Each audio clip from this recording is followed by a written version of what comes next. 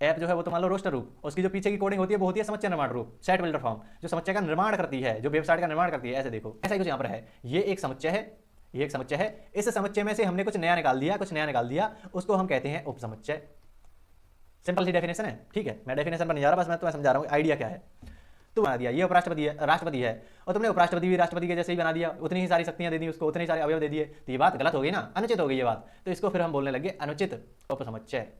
उपसमुच्चय समझ आया क्यों हम इसको अनुचित बोल रहे हैं? -1 -2 -3, इनको पूर्णांक मत समझ लेना। संख्या रेखा अलग होती है, पूर्णांक अलग होते हैं। पूर्णांक में तो एक के बाद सीधा 2 आता है, फिर 3 आता है, लेकिन संख्या रेखा में ऐसा नहीं होता। एक के बाद डायरेक्ट 2 आ गया, एक के बाद 1/1 1/1 1 1 1 ऐसे चलता है। मान लो एक मच्छर की स्टोरी बेसिकली चलती है कि एक बार एक जो गणितज्ञ थे रेने डेकार्ट्स, बहुत ही फेमस गणितज्ञ हैं, वो रात को सो रहे थे अपने बेड पर, तो वो ऊपर छत को देखते हैं, तो छत कैसी होगी, इस तरह की छत होगी। तो वहां पर एक मच्छर उड़ रहा था कि वो कहीं पर जा रहा था, कहीं कहीं पर जा रहा था, वो इधर उधर मतलब अपना रैंडम इधर उधर जा रहा था मच्छर। तो उनके माइंड में यही चीज आई कि ये जो मच्छर उड़ रहा है, क्या मैं इसकी लोकेशन बता सकता हूँ, इस मच्छर तक मैं पहुंचूंगा कैसे? तो यहाँ पर तुम साफ साफ देख पा रहे होगे, ये जो आर है, ये जो संबंध है, वो ए क्रॉस बी का एक उपसमुच्चय है। ये जो तुम डाल पाते हो उसको कहते हैं डोमेन। डोमेन, डोमेन से बाहर हो गई चीज, इसका मतलब तुम उसमें डाल नहीं सकते वो चीज। तो जिस जिससे ये कनेक्शन बना रहा है, जिस जिससे ये संबंध बना रहा है, उसको कहते हैं परिसर। परिसर यानी कि रेंज। और जो समुच्चय बी होता है पूरा का पूरा, उसको कहते हैं कोडोमेन। ये जो यूनियन इंटरसेक्शन है वो तो अलग टॉपिक था ना। मैं कहूंगा ये जो इंटरसेक्शन है, ये जो यूनियन है, वो भी और कुछ नहीं, वो भी एक समुच्चय ही है। सब कुछ समुच्चय पर टिका हुआ है, कहानी की शुरुआत तो समुच्चय से ही हो रही है। सो हेलो एवरीवन, मेरा नाम है अनीस कुशवाहा। तो आज हम क्लास 12th के मैथमेटिक्स को स्टार्ट करने वाले हैं और आज हम पहला चैप्टर स्टार्ट करेंगे, संबंध एवं फलन। तो ये जो कोर्स होने वाला है उसके बारे में मैं तुम्हें थोड़ा सा बता देता हूँ शुरुआत में ही कि कौन कौन इसको देख सकता है और ये किस तरीके से रहने वाला है, क्या क्या चीज़ें मैं इसमें कराने वाला हूँ, मैं शुरुआत में ही करा देता हूँ। तो पहली चीज़ तो तुम्हें देख कर ही पता चल रहा होगा कि ये हिंदी मीडियम वाले स्टूडेंट के लिए होने वाला है, क्योंकि मैं ऑफलाइन भी पढ़ाता हूँ, वहाँ पर हिंदी राजस्थान में पढ़ाता हूँ, तो हिंदी मीडियम वाले स्टूडेंट के लिए पढ़ाता हूँ। तो ऑनलाइन भी हिंदी मीडियम के लिए ये कंटेंट जाने वाला है। दूसरी बात, ये जो पूरा कोर्स है उसमें मैं कराने क्या वाला हूँ, तो पहली चीज़ तो एनसीईआरटी को ही हम कवर करते हुए चलेंगे। ये कोई कंपटीशन के लिए नहीं होने वाला, ये बोर्ड एग्जाम पर फोकस्ड रहेगा, बोर्ड एग्जाम को हम टारगेट करते हुए चलेंगे। तो उसके लिए एनसीईआरटी कंप्लीट कवर करेंगे, बिल्कुल डिटेल में जाकर थ्योरी को पढ़ेंगे। सबसे पहले तो डिटेल्ड थ्योरी तुम्हें यहाँ पर देखने को मिल रही है, एक एक चीज़ का तुम्हें रीजन बताया जाएगा कि कुछ भी क्यों हो रहा है, गणित में कुछ भी क्यों हो रहा है वो तुम्हें बताया जाएगा। जो गणितज्ञ थे उन्होंने पहली बार उस चीज़ को सोचा भी कैसे, कहाँ से खोज कर लेकर आ गए वो, तो वो सब कुछ तुम्हें यहाँ पर बताया जाएगा। तो बहुत डिटेल्ड में थ्योरी पढ़ेंगे, जो कि बहुत कम लोग कराते हैं, यूट्यूब वगैरह पर भी बहुत कम लोग हैं जो एक्चुअल जो डीपनेस है मैथ की वो बता रहे हैं। तो बहुत ही डीप में हम पढ़ने का ट्राई करेंगे थ्योरी को। उसके बाद फिर एनसीईआरटी के हम सारे के सारे जो उदाहरण हैं, एग्जाम्पल्स हैं, उनको करेंगे, और जो प्रश्नावली के प्रश्न हैं उनको तो हम करेंगे ही करेंगे। एनसीईआरटी खत्म होने के बाद फिर मैं तुम्हें एक पीवाईक्यूज की सीट दिया करूँगा।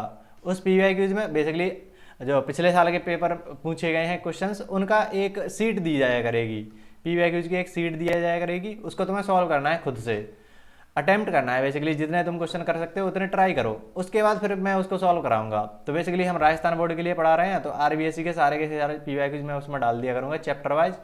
और क्योंकि अभी का जो तुम पेपर देखो, इस साल का पेपर देख लो, तो उसमें थोड़ा सा सीबीएसई का टच था, मतलब सीबीएसई के जो पीवाईक्यूज पूछे गए हैं उनसे इंस्पायर्ड पेपर था।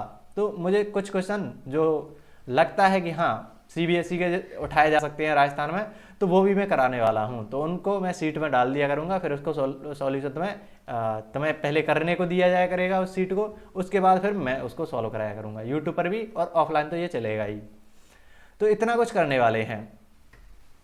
बाकी ऑफलाइन जो लोग आने वाले हैं उनसे मैं यही चीज़ पूछूंगा कि अगर तुम एनडीए की तैयारी करना चाहते हो, जैसे मैंने खुद ने एनडीए की तैयारी करी थी और वो पेपर मैंने निकाल भी रखा है, कुछ टाइम तक मैंने एनडीए का मैथ पढ़ाया भी था, जो मेन चैनल है मैथ अडिक्ट का, वहाँ पर तुम्हें एनडीए के लेक्चर मिल जाएंगे मेरे। तो अगर जो एनडीए, एयरफोर्स, एक्स ग्रुप, इन सब की तैयारी करना चाहते हैं, मतलब 11th से ही अगर एनडीए की कोई तैयारी करता है, बहुत सारे लोग करते हैं 11th से ही, तो वो मुझे अलग से बता दें कि हाँ भैया हम करना चाहते हैं, तो मैं उनको गाइड कर सकता हूँ। कम से कम मैथमेटिक्स में तो अच्छे से गाइड कर सकता हूँ, क्योंकि बहुत टाइम से मतलब हमने भी निकाल रखा है, तो पता है कि किस तरीके से चीज़ें चलती हैं। बाकी इंटरव्यू वगैरह की तुम अगर बताओ तो मैं व्यवस्था कर सकता हूँ उसकी भी, क्योंकि मेरे कुछ दोस्त हैं उन्होंने इंटरव्यू निकाल रखा है, तो वो मतलब बच्चों को गाइड करते हैं कि किस तरीके से इंटरव्यू की तैयारी करनी है, वो सारी चीज़ें वो बताते हैं। तो मैं उनसे बात कर सकता हूँ तुम्हारे लिए। अगर कोई जेन्युइन बिल्कुल तैयारी करनी ही है उसे एनडीए वगैरह की, तो वो बता देना एक बार मुझे अलग से। तो आज हमें क्या करना है, संबंध और फलन को स्टार्ट करना है। तो ये जो चैप्टर है वो तुमने क्लास 11th में ही पढ़ा होगा। क्लास 11th का जो चैप्टर नंबर 2 है, दूसरा जो अध्याय है, उसका नाम भी संबंध और फलन है। तो इन दोनों में अंतर क्या है तुम्हें पता ही होगा कि जो संबंध और फलन क्लास 11th में है वो बेसिकली तुम्हारे बेसिक्स को बताता है कि संबंध और फलन कहाँ से स्टार्ट हो रहा है। तो स्टार्टिंग वहाँ पर हो जाती है, स्टार्टिंग वहाँ पर हो जाती है कि संबंध क्या होता है, फलन क्या होता है, कुछ तुम्हें उसके बेसिक बेसिक जानकारी दी जाती हैं। प्रांत, परिसर, सहप्रांत, ये सब कुछ बताया जाता है। उसी का आगे का पार्ट क्लास 12th में आता है। बेसिकली यहाँ पर तुम संबंधों के प्रकार देखोगे, फलनों के प्रकार देखोगे। तो ये प्रकार जो हैं वो हम क्लास 12th में देखते हैं। ये चीज़ तुमने पढ़ ली। चलो अब मैं कह रहा हूँ एक और चीज़ है कि जो संबंध होता है वो बेसिकली एक समुच्चय ही होता है। ये जो फलन होता है वो भी और कुछ नहीं है, वो एक समुच्चय ही है। तुम कुछ भी ये जो 3 चैप्टर है मिला के कि समुच्चय, संबंध और फलन, ये जो 3 चीजें हैं वो बेसिकली टिकी हुई तो समुच्चय पर ही है। तुम कोई भी नाम ले दो, जैसे तुमने सुन रखा होगा समुच्चय के अलग अलग प्रकार होते हैं। रिक्त समुच्चय होता है, एकल समुच्चय होता है, समान समुच्चय, परिमित, सार्वत्रिक, बहुत सारे समुच्चय होते हैं। सतत समुच्चय भी होता है। अंतराल तुमने पढ़ा होगा, तुम्हें लगता होगा कि अंतराल तो कुछ अलग चीज है, अलग टॉपिक है भैया, ये टॉपिक तो बिल्कुल अलग है, ये समुच्चय थोड़ी ना है, समुच्चय में अलग टॉपिक है। लेकिन मैं कहूंगा कि ये भी एक समुच्चय का प्रकार है, ये भी एक समुच्चय है। तुम कहोगे भैया ये जो हमने पढ़ा था कि A intersection B, A union B, ये तो अलग टॉपिक था ना, कि ये जो यूनियन इंटरसेक्शन है वो तो अलग टॉपिक था ना। मैं कहूँगा ये जो इंटरसेक्शन है, ये जो यूनियन है, वो भी और कुछ नहीं, वो भी एक समुच्चय ही है। सब कुछ समुच्चय पर टिका हुआ है। कहानी की शुरुआत तो समुच्चय से ही हो रही है। तो तुम्हें समुच्चय के बारे में सब कुछ पता रहना चाहिए। क्लास 11th में जो तुम सब कुछ पढ़ के आए हो वो तुम्हें अच्छे से पता होना चाहिए, अच्छे से तुम समझ के आए होगे, तभी तुम इन चीज़ों को समझ पाओगे आगे। क्योंकि समुच्चय से फिर निकल के आता है संबंध, और फिर संबंध से निकल के आता है फलन। ये चीज़ तुम्हें मैं पूरा बता दूंगा कि किस किस तरीके से निकल के आएंगे, वो तुम्हें एक फ्लो में करेगा ये चैप्टर। तो जैसे तुम कंपटीशन पर जाते हो, मान लो तुम जेई की तैयारी कर रहे हो या एनडीए की तैयारी कर रहे हो, तो वहाँ पर ऐसे नहीं कराया जाता कि तुम्हें संबंध और फलन क्लास 11th में अलग पढ़ाया फिर क्लास 12th का अलग पढ़ाया, ऐसा नहीं चलता। वो सिंपल पढ़ते हैं कि एक चैप्टर तुम्हारा हो गया समुच्चय, दूसरा चैप्टर हो गया संबंध, संबंध को वो पूरा करा देंगे। क्लास 11th में जितना संबंध है और क्लास 12th का संबंध है वो पूरा का पूरा करा देंगे एक बार में। तो ये दूसरा चैप्टर हो गया। फिर ऐसे ही फलन, तो इसको क्लास 11th से स्टार्ट करके क्लास 12th का भी एक साथ खत्म करते हैं, ये 3 चैप्टर बन जाते हैं। तो ये बेसिकली कनेक्टेड हैं। समुच्चय से निकलेगा संबंध, संबंध में कुछ कुछ करोगे तो तुम्हें फलन मिल जाएगा। फिर फलन से तो बहुत सारी चीज़ें निकली हैं, जैसे ग्राफ वगैरह होते हैं वो फलन से निकले हैं। त्रिकोणमितीय फलन चैप्टर के नाम में ही फलन है, तो वो देख रहे हो कहाँ कहाँ कनेक्शन बैठेगा, तुम्हें पता भी नहीं है अभी इसका। तो कहानी की शुरुआत तो समुच्चय से ही होगी। तुम्हें करने क्या वाला हूँ, तुम्हें क्लास 11th का सारा कुछ रिवाइज कराने वाला हूँ। क्लास 11th का जो पहला चैप्टर है समुच्चय, उसको मैं पूरा का पूरा तुम्हें रिवाइज कराऊंगा। फिर जो क्लास 11th का संबंध जो पार्ट है, संबंध और फलन में से संबंध जो है उसको मैं पूरा रिवाइज करा दूंगा। फिर क्लास 11th का मैंने तुम्हें कंप्लीट रिवाइज कराया, फिर मैं क्लास 12 को चालू कर दूंगा। संबंध क्लास 11th का पढ़ा के क्लास 12 का चालू कर दूंगा। ये जब खत्म हो जाएगा संबंध, उसके बाद फिर मैं फलन को पढ़ाऊंगा तुम्हें। तो फलन को सबसे पहले क्लास 11th का पूरा तुम्हें रिवाइज कराऊंगा।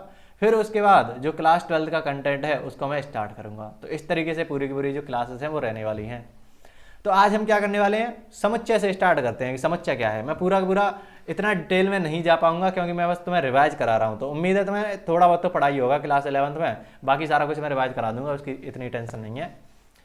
तो मैं तुमसे 2 सवाल पूछ रहा हूँ सिंपल, कि अपनी जो पसंदीदा फिल्म है, जितनी भी तुमने मूवीज देखी हैं, तो जो फिल्म तुमने देखी हैं उनका संग्रह बनाओ। कि जो सबसे पसंदीदा, मान लो सबसे पसंदीदा 3 फिल्मों का संग्रह बनाना है, 3 फिल्मों का संग्रह बनाना है।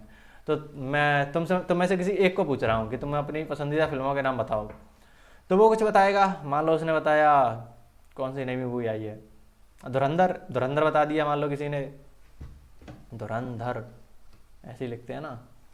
किसी ने मान लो बता दिया KGF बता दिया, किसी ने पुष्पा बता दिया, ठीक है, ये मूवी उसने बताई। मैं तुम में से किसी दूसरे व्यक्ति को पूछूं कि तुम अपनी पसंदीदा फिल्मों का संग्रह बताओ, कि कौन कौन सी फिल्में तुम्हें पसंद है, उनका एक कलेक्शन बता दो। संग्रह का मतलब कलेक्शन होता है, जैसे कपड़ों का कलेक्शन हो गया, तो वैसे ही तुमसे फिल्मों का कलेक्शन पूछा जा रहा है। तो कोई दूसरे व्यक्ति से पूछोगे तो वो क्या बताएगा, तीन उन्हें उसे फिल्में बतानी है। मान लो उसने बता दिया 3 इडियट्स बता दिया, एक तो उसकी होगी 3 इडियट्स। एक मान लो उसने बताया तारे जमी पर, तारे जमी पर। और कौन सी फिल्में हैं, मान लो एक बता दिया उसने जोकर, जोकर मेरा नाम जोकर, ये उसने बता दिया। तो 3 फिल्में उसने बताई। ऐसी और भी हो सकती हैं, मान लो वो कुछ इंग्लिश मूवीज़ के नाम बता दे, ओपनहाइमर बता दे, बारबी बता दे, और कौन कौन सी हैं, कोई सुपरमैन वगैरह की बता दे, स्पाइडरमैन। तो ऐसे अलग अलग कलेक्शन तुम्हारे सामने निकल के आ रहे हैं। तो जब जो सवाल है उसके अलग अलग आंसर आए, अलग अलग उत्तर आ रहे हो, अलग अलग संग्रह बन रहे हो, तो उस चीज़ को हम समुच्चय नहीं कहते, ये बात है। अब मैं तुमसे पूछूंगी, इसके तो अलग अलग आंसर आ रहे थे। अब मैं तुमसे पूछता हूँ, तुम में से किसी एक को पूछूं मैं कि अंग्रेजी वर्णमाला के स्वरों का संग्रह बताओ, तो वो व्यक्ति क्या बोलेगा, तुम क्या बोलोगे, AEIOU। यही सवाल तुम्हारे बगल वाले से मैं पूछता हूँ कि अंग्रेजी वर्णमाला के स्वरों का संग्रह बता, कि अंग्रेजी वर्णमाला में जो स्वर हैं, जितने भी स्वर हैं उनका कलेक्शन बना दे, तो वो भी क्या करेगा, AEIOU। उसके बगल वाले व्यक्ति से मैं पूछूं कि अंग्रेजी वर्णमाला के स्वरों का संग्रह बना, तो वो भी यही चीज बनाएगा। इन दोनों सवालों में अंतर क्या आ रहा है, अंतर क्या आ रहा है, तुम बोलोगे भैया यहाँ पर जो आंसर आ रहे थे वो व्यक्तियों पर डिपेंड कर रहे थे, कि एक व्यक्ति कुछ बता रहा था, एक व्यक्ति कुछ बता रहा था, तो दोनों का आंसर जो आ रहा था वो अलग अलग आ रहा था। लेकिन ये जो सवाल है उसमें सभी का आंसर सेम आ रहा है, सभी का आंसर एक ही आ रहा है, अलग अलग नहीं आ रहा। तो ये जो संग्रह होता है जिसका आंसर सेम आए, सभी का आंसर सेम आए, उस संग्रह को हम कहते हैं समुच्चय। तो समुच्चय एक संग्रह होता है, ये बात तुम्हें समझ में आनी चाहिए। दूसरी बात, यहां से हम क्या कह रहे हैं कि जो आंसर है वो बेसिकली एक जैसा आना चाहिए सभी का। तो इसी को बोलते हैं सार्वत्रिक सत्य, कि जो हर किसी के लिए सत्य हो, ऐसी बात। तो ये जो अंग्रेजी वर्णमाला के स्वर है वो 5 ही है, सबको पता है, तो ये एक सार्वत्रिक सत्य है। ये जो समुच्चय, समुच्चय का मतलब वो बात सार्वत्रिक सत्य होनी चाहिए। सार्वत्रिक सत्य का मतलब समझते हो, यूनिवर्सल ट्रुथ होना चाहिए, वो यूनिवर्सली ट्रू होनी चाहिए, हर व्यक्ति के लिए वो बात सत्य होनी चाहिए।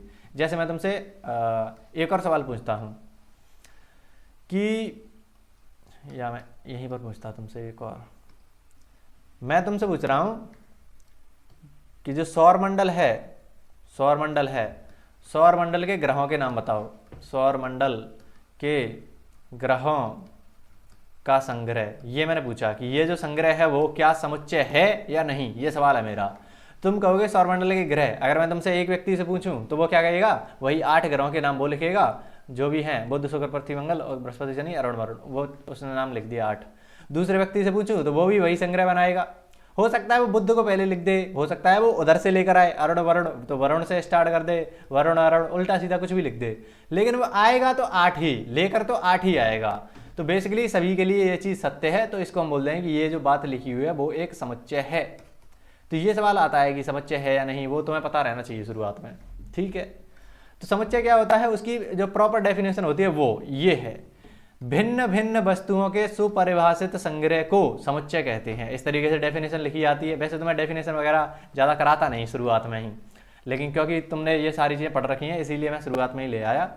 तो बेसिकली कहना क्या चाह रहा है, सुपरिभाषित संग्रह का मतलब क्या होता है, जो अच्छी तरीके से परिभाषित हो, जो सभी के लिए सत्य हो, उसे कहते हैं सुपरिभाषित, कि अच्छी तरीके से परिभाषित है। जैसे मैं तुमसे पूछूं कि 10 से कम प्राकृत संख्याओं का संग्रह, तो ये तुम दुनिया में कहीं भी जाकर पूछ लो, वो एक ही बताएगा, एक ही संग्रह बनाएगा कि 1 2 3 4 ऐसे करते करते 10 तक वो गिनती लिख देगा। किसी से भी, दुनिया के किसी भी व्यक्ति से पूछ लो, वो यही बताएगा। तो ये एक तरीके से सार्वत्रिक सत्य है। तो ये जो बात लिखी हुई है वो एक, ये जो संग्रह है वो एक समुच्चय होगा, ठीक है। तो ये होता है इसका मतलब कि सार्वत्रिक सत्य हो, सभी के लिए वो बात सच हो, तो जो संग्रह होता है वो एक समुच्चय कहलाता है।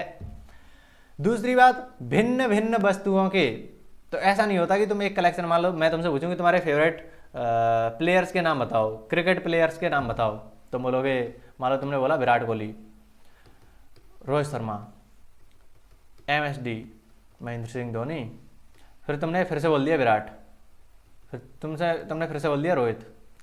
तो ये बात नहीं है, तुम एक बार बोल दो ना कि तुम्हारे फेवरेट प्लेयर कौन से हैं, विराट कोहली, रोहित शर्मा, MSD। ये लिखने की जरूरत क्या है बार बार कि विराट कोहली, रोहित शर्मा, फिर से तुमने बोल दिया, लिखने की जरूरत थोड़ी ना है। तो ये जो है वो अलग अलग होने चाहिए। ऐसा नहीं है कि विराट कोहली पहले आ गया तो फिर से तुम विराट कोहली लिख दो, ये एक जैसे नहीं होने चाहिए, समान नहीं होने चाहिए कोई भी अवयव। ये जो संग्रह में जो भी तुम्हारे आंसर्स आते हैं उनको हम बोलते हैं अवयव, अवयव या सदस्य, या इसके अंदर जो वस्तुएं हैं वो। तो कोई भी वस्तु या अवयव समान नहीं होना चाहिए, एक जैसा नहीं दिखना चाहिए, क्योंकि लॉजिकल है। तुम बार बार क्यों बोल रहे हो? एक बार हम बोल दो ना कि तुम्हारा फेवरेट प्लेयर विराट कोहली है, MS धोनी है और रोहित शर्मा है। बार बार क्यों बोल रहे हो कि विराट कोहली है, विराट कोहली, विराट कोहली है? एक बार बोल दो ना। तो वही चीज़ है कि भिन्न भिन्न होने चाहिए। तो जो प्रत्येक अवयव है दूसरे से भिन्न होना चाहिए, ये जो है वो दूसरे से भिन्न होना चाहिए। कि यहाँ पर रोहित शर्मा है, MSD है, तो इनसे ये अलग है। ये और विराट कोहली तो समान हो गए, तो इससे अलग नहीं है। तो ये जो है कि कोई भी, सिंपल सी बात है कि कोई भी जो अवयव होता है समुच्चय में वो रिपीट नहीं करना चाहिए, बार बार नहीं आना चाहिए। एक शब्द में अगर तुम्हें बताऊं, अब मान लो ये तुम्हारे पास कोई समुच्चय होता है, समुच्चय को लिखने का एक तरीका बनाया गया, दो तरीके बनाए गए, उसमें से एक होता है रोस्टर रूप, एक होता है समुच्चय निर्माण रूप। ये जो तुम्हारे सामने लिखा हुआ है, ये जो तुम्हारे सामने लिखा हुआ है वो एक रोस्टर रूप में लिखा हुआ है, रोस्टर रूप में। अभी समझाएंगे क्या होता है रोस्टर रूप वगैरह। बाकी तुम ये चीज़ समझो कि हाँ, इस तरीके से करली ब्रैकेट में एक मझले कोष्टक में हम सारे के सारे अवयवों को लिखते हैं। ये जो जितने भी आते हैं इसके अंदर वो सारे के सारे अवयव कहलाते हैं। इनको अवयव बोल दो, सदस्य बोल दो, तत्व बोल दो, वस्तुएं बोल दो, बात एक ही है, लेकिन सबसे ज़्यादा इस्तेमाल होता है अवयव, एलिमेंट्स। तो ये समुच्चय के अवयव हैं। तो ये जो सभी अवयव हैं, अंदर जितनी भी चीज़ें हैं वो एक दूसरे से अलग अलग होनी चाहिए, भिन्न भिन्न होनी चाहिए, यानी कि कोई भी चीज़ रिपीट नहीं करना चाहिए। ऐसा नहीं होना चाहिए कि तुम लिख दो कि 1 2 3 4 4 2, ऐसा कुछ नहीं होना चाहिए। इनको हटाओ, केवल इतना लिखना है तुम्हें, अलग अलग होनी चाहिए, बार बार रिपीट नहीं करना है। जैसे एक एग्जाम्पल तुम्हारे NCERT में दे रखा होता है कि स्कूल जो है, इसको जो लेटर्स हैं उनका संग्रह बनाओ। तुम क्या लिखते हो? SCHOOL, ऐसा नहीं करना। ओ को 2 बार नहीं लिखना, केवल एक बार ही लिखना है। तो ये इसके जो अक्षर हैं, इसके जो लेटर्स हैं उनका संग्रह तुमने बना दिया, ओ को दोबारा नहीं लिखना। ठीक है, समझ में आया होगा तुम्हें। क्रम का कोई महत्व नहीं है। जैसे मैंने अभी बताया तुम्हें कि कोई बुध शुक्र पृथ्वी मंगल, ये ऐसे करके तुम्हें 8 ग्रह बताए, कोई उल्टा बोल दे कि वरुण अरुण शनि बृहस्पति, ऐसे कोई बोल दे तो कुछ फर्क पड़ता नहीं है। कि तुम कोई संग्रह बना रहे हो, मान लो इसी चीज़ को मैं लिख दूँ 1 4 3 2, ऐसे कुछ फर्क नहीं पड़ जाएगा। ये चीज़ और ये चीज़ बराबर ही है, ये चीज़ एक चीज़ बराबर ही है, बस तुमने क्रम इधर उधर कर दिया, उससे कोई मतलब नहीं है। तुमने 4 अवयव ही बताए हैं, जो आंसर्स आ रहे हैं वो तो सेम ही है ना, इधर भी वही आ रहे हैं और इधर भी वही आ रहे हैं। तुम बोल लो तुम्हारे फेवरेट प्लेयर्स कौन से हैं, तो तुम क्या कहोगे? विराट कोहली है, रोहित शर्मा है और MSD है। तुम ये बात तो ऐसे ही बोल दो कि तुम पहले MSD बोल दो कि MSD यानी कि धोनी है, विराट है, रोहित है, कुछ फर्क थोड़ी ना पड़ जाएगा। तो क्रम से कोई फर्क नहीं पड़ता, ये बात ध्यान रखनी है। अब अवयवों की संख्या, ये जो है समुच्चय A जो है उसमें कितने अवयव हैं?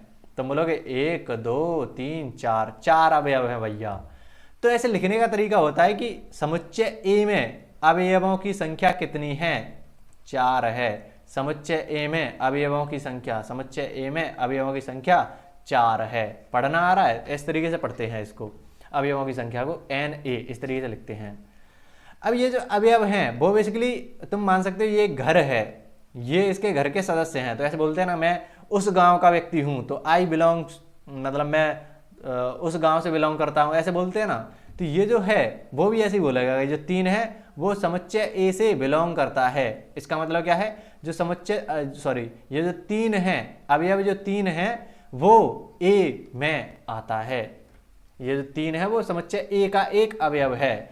6 है वो समुच्चय A का अवयव नहीं है, क्योंकि 6 तुम्हें यहाँ पर घर में नहीं दिख रहा, तो वो इस घर से बिलोंग नहीं करता। यानी कि जो 6 है,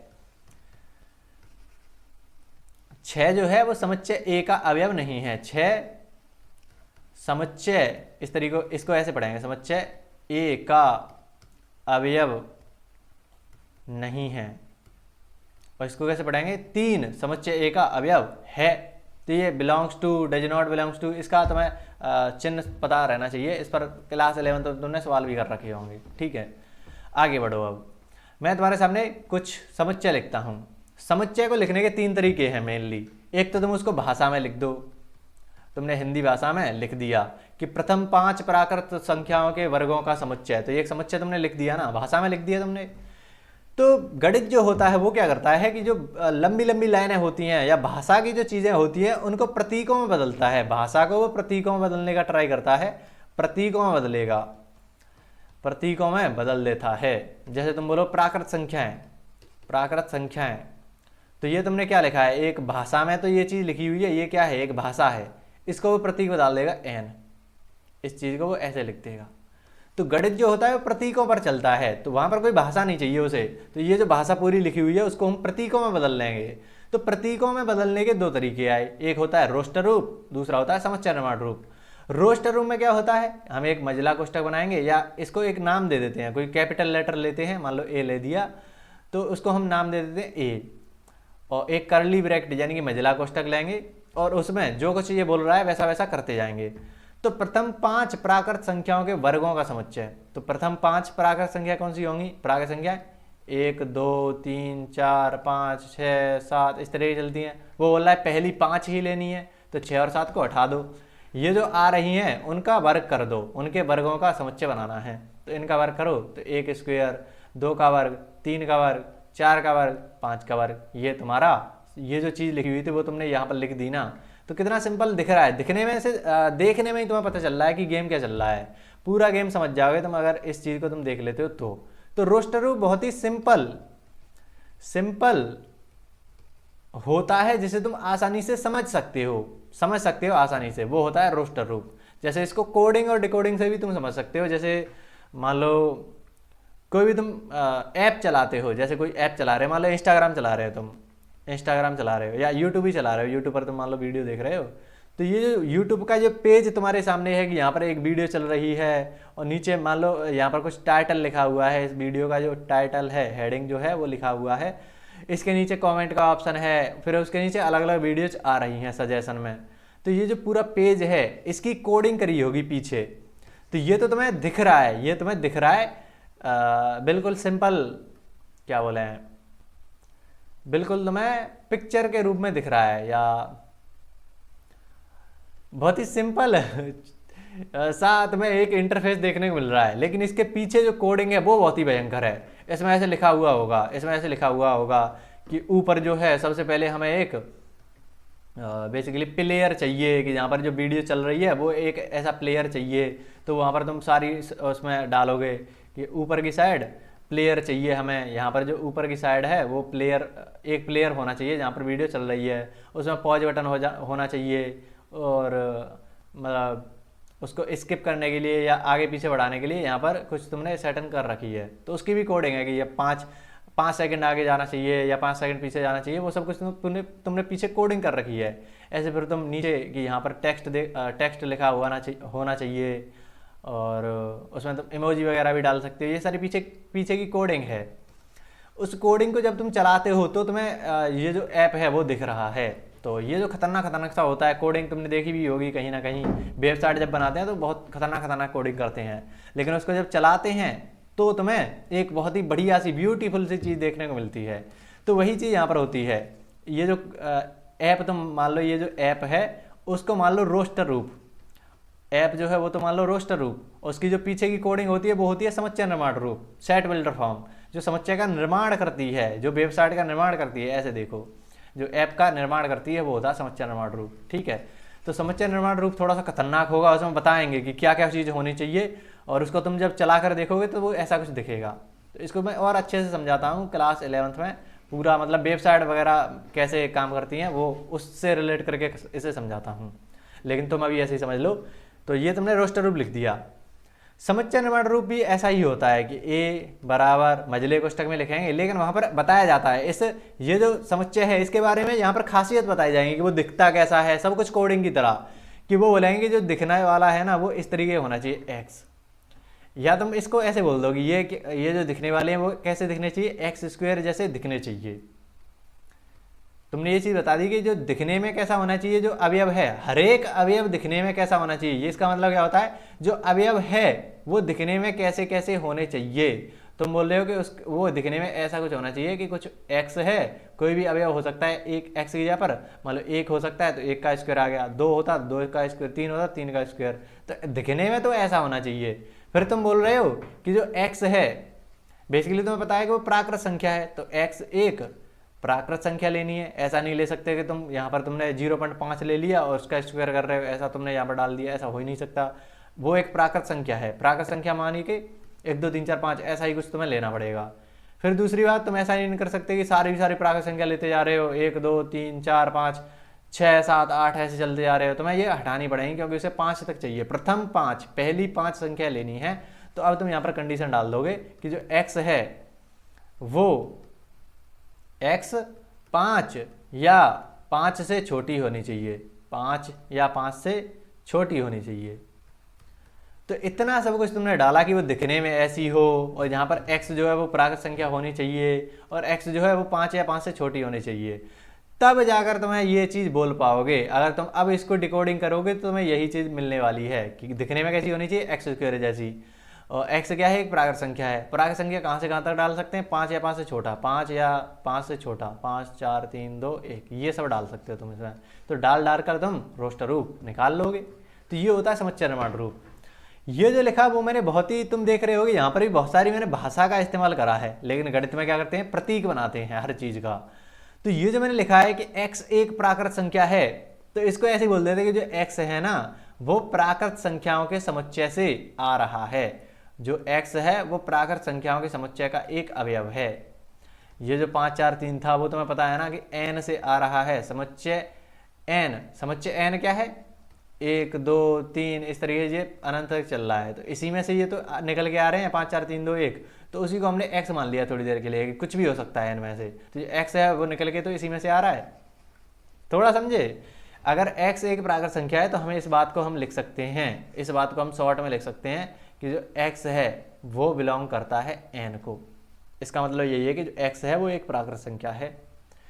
x 5 या 5 से छोटी होनी चाहिए, इस बात को भी हम इस तरीके से लिख सकते हैं प्रतीकों में कि x जो है वो 5 से छोटी होनी चाहिए, या 5 भी हो सकती है, 5 के बराबर भी हो सकती है, क्यों यहाँ पर तुम देखो 5 के बराबर भी है तो बराबर का चिन्ह लगा दिया। तो इतनी बड़ी सी चीज़ थी, उसको हम केवल प्रतीकों में लेकर आ गए इस चीज़ में। अभी जो जितना कहानी लिखी हुई थी यहाँ पर वो सब शॉर्ट में होकर आ गई, बस इतनी सी बात है बस। तो ये समुच्चय निर्माण रूप है। अब तुम डाल कर देखो कि x प्राकृत संख्या होनी चाहिए, प्राकृत संख्या मतलब 1 2 3 4 5 6 7 8 ऐसे तुम करोगे, लेकिन उसने एक और कंडीशन डाल दी कि 5 से छोटा होना चाहिए, बराबर होना चाहिए। तो 5 को तुम्हें लेना है और छोटे लेने हैं, बाकी सब तो हटा दो, तभी तुमने इसमें डाल कर तुम इसको निकाल लोगे। ठीक है, प्रॉपर काम कर रहा है। तो इस तरीके से समुच्चय निर्माण रूप होता है। अब जो कुछ लोगों ने पढ़ रखा होगा वो कह रहे होंगे भैया ऐसा कुछ नहीं होता, वहाँ पर तो ऐसे हम बोलते हैं कि यहाँ पर तो केवल x लिखना होता है हमें। फिर हम क्या करते हैं, मान लो यहाँ पर मैंने ऐसे ही लिखे दो, तुम बोलोगे भैया ऐसा तुमने ये गलत लिखा है ये चीज़ तुमने। हम तो ऐसे लिखते हैं कि केवल यहाँ पर x लिखेंगे, फिर सच दैट हम फिर यहाँ पर बताते हैं कि x कैसा होना चाहिए, x दिखने में n स्क्वायर जैसा होना चाहिए या x स्क्वायर जैसा दिखना चाहिए। अब तुम अलग से बताओगे तो x स्क्वायर के जैसा तो दिखेगा नहीं, उसे कुछ नाम दे दो, जैसे n स्क्वायर के जैसा दिखना चाहिए। और जो n है वो क्या किस में से आना चाहिए, n जो है वो एक प्राकृत संख्या होना चाहिए और n जो है वो 5 से छोटा होना चाहिए। तो ये जो है वो एक प्रॉपर तरीका नहीं हुआ। तो मैं आगे बता चलेगा कि क्यों नहीं हुआ, ये भी तो एक तरीका है भैया, इससे भी तो ये चीज़ निकल के आ रही थी।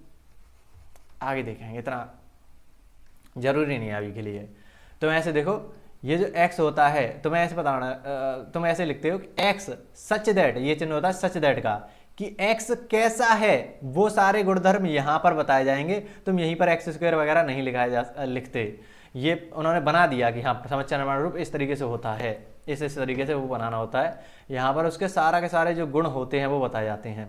कि जैसे लड़की देखने जाते हैं तो क्या बोलते हैं, लड़की दिखने में कैसी है, उसका रंग रूप कैसा है, और वही सब कुछ बताना होता है। तो बस यही है कि लड़की का रंग रूप कैसा होना चाहिए, n स्क्वायर जैसा दिखने में, तो n स्क्वायर जैसी होनी चाहिए।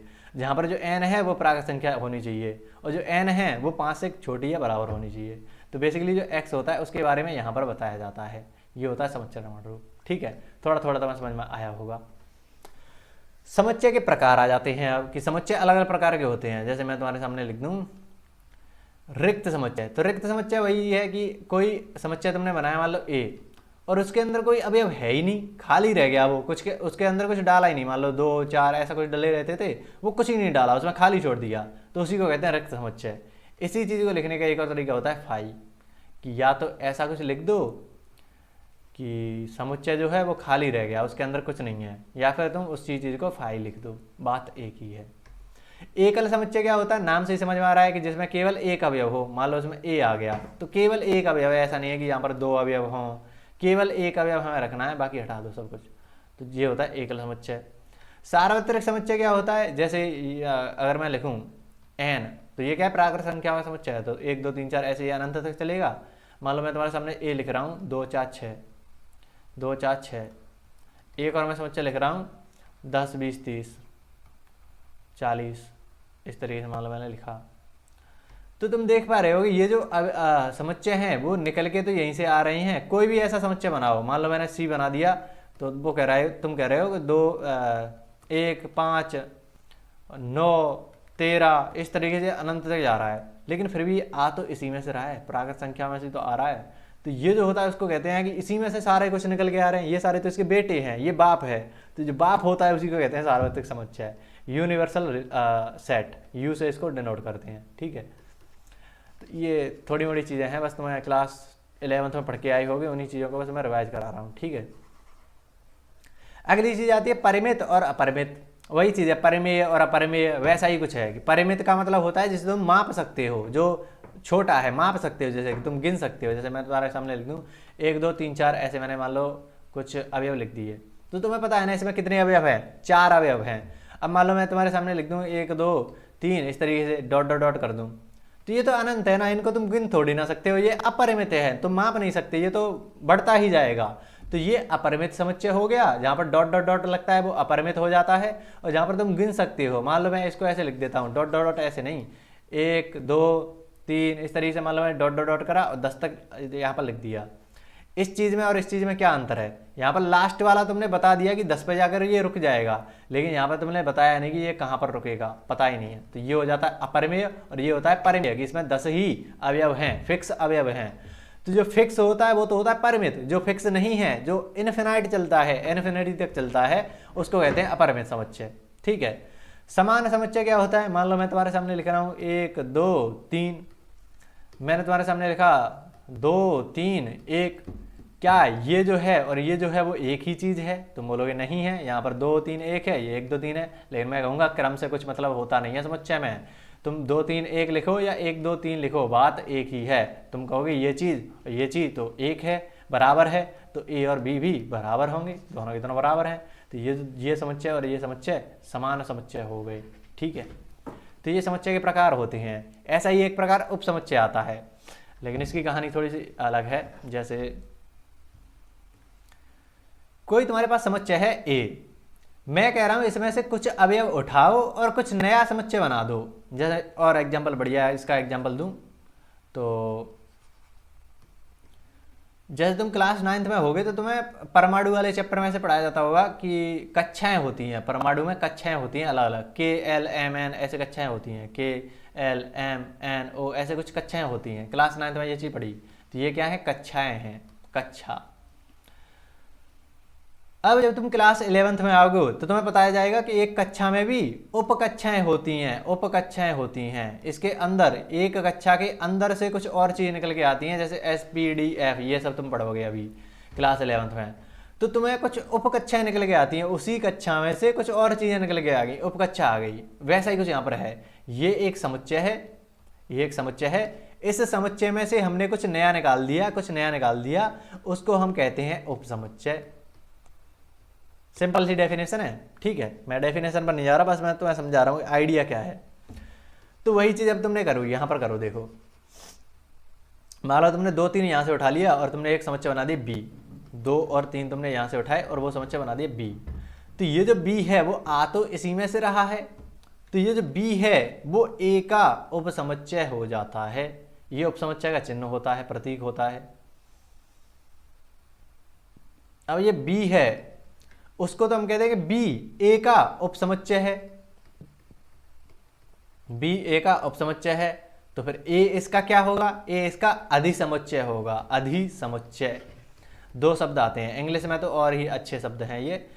उपसमुच्चय को कहते हैं सबसेट, सबसेट, और अधिसमुच्चय को कहते हैं सुपरसेट। नाम से ही समझ में आ गया, सुपर मतलब जो बड़ा है, सब मतलब छोटा है। जैसे यहाँ पर था सेल कहते हैं इसको, कक्षा को सेल कहते हैं, और ये हो जाती है सब सेल, छोटी। जैसे इंस्पेक्टर होता है उसके नीचे सब इंस्पेक्टर होता है, वैसा ही कुछ है। इंस्पेक्टर की जगह पर मान लो कि समुच्चय है, यानी कि सेट है, समुच्चय को क्या कहते हैं, सेट। और सेट से निकल के क्या आ गया, सब सेट। समझ में आ रहा है। ऐसे तो मान लो कि उपराष्ट्रपति है, सॉरी राष्ट्रपति है, प्रेसिडेंट है और वाइस प्रेसिडेंट होता है, राष्ट्रपति और उपराष्ट्रपति होता है।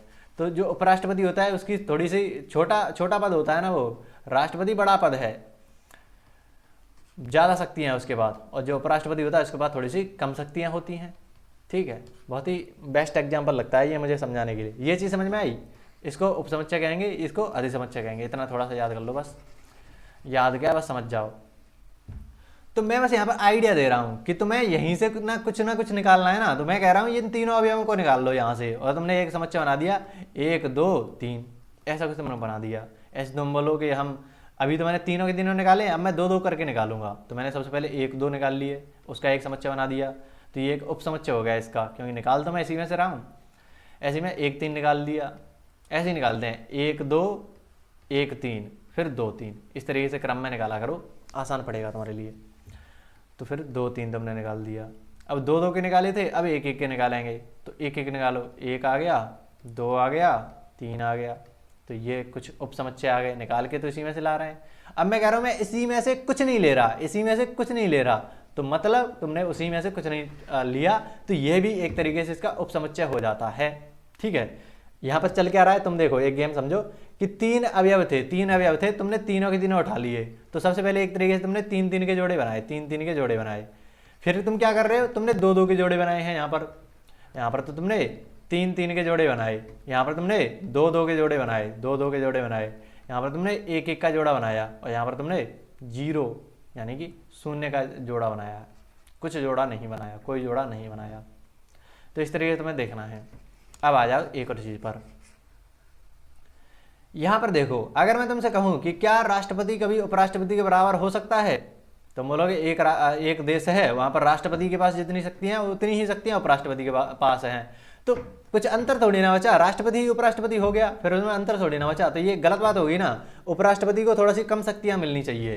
तो वही चीजें है, ये जो समुच्चय था तुमने वैसा ही एक समुच्चय यहाँ पर बना दिया। ये उपराष्ट्रपति है, राष्ट्रपति है, और तुमने उपराष्ट्रपति भी राष्ट्रपति के जैसे ही बना दिया, उतनी ही सारी शक्तियां दे दी उसको, उतने ही सारे अवयव दे दिए।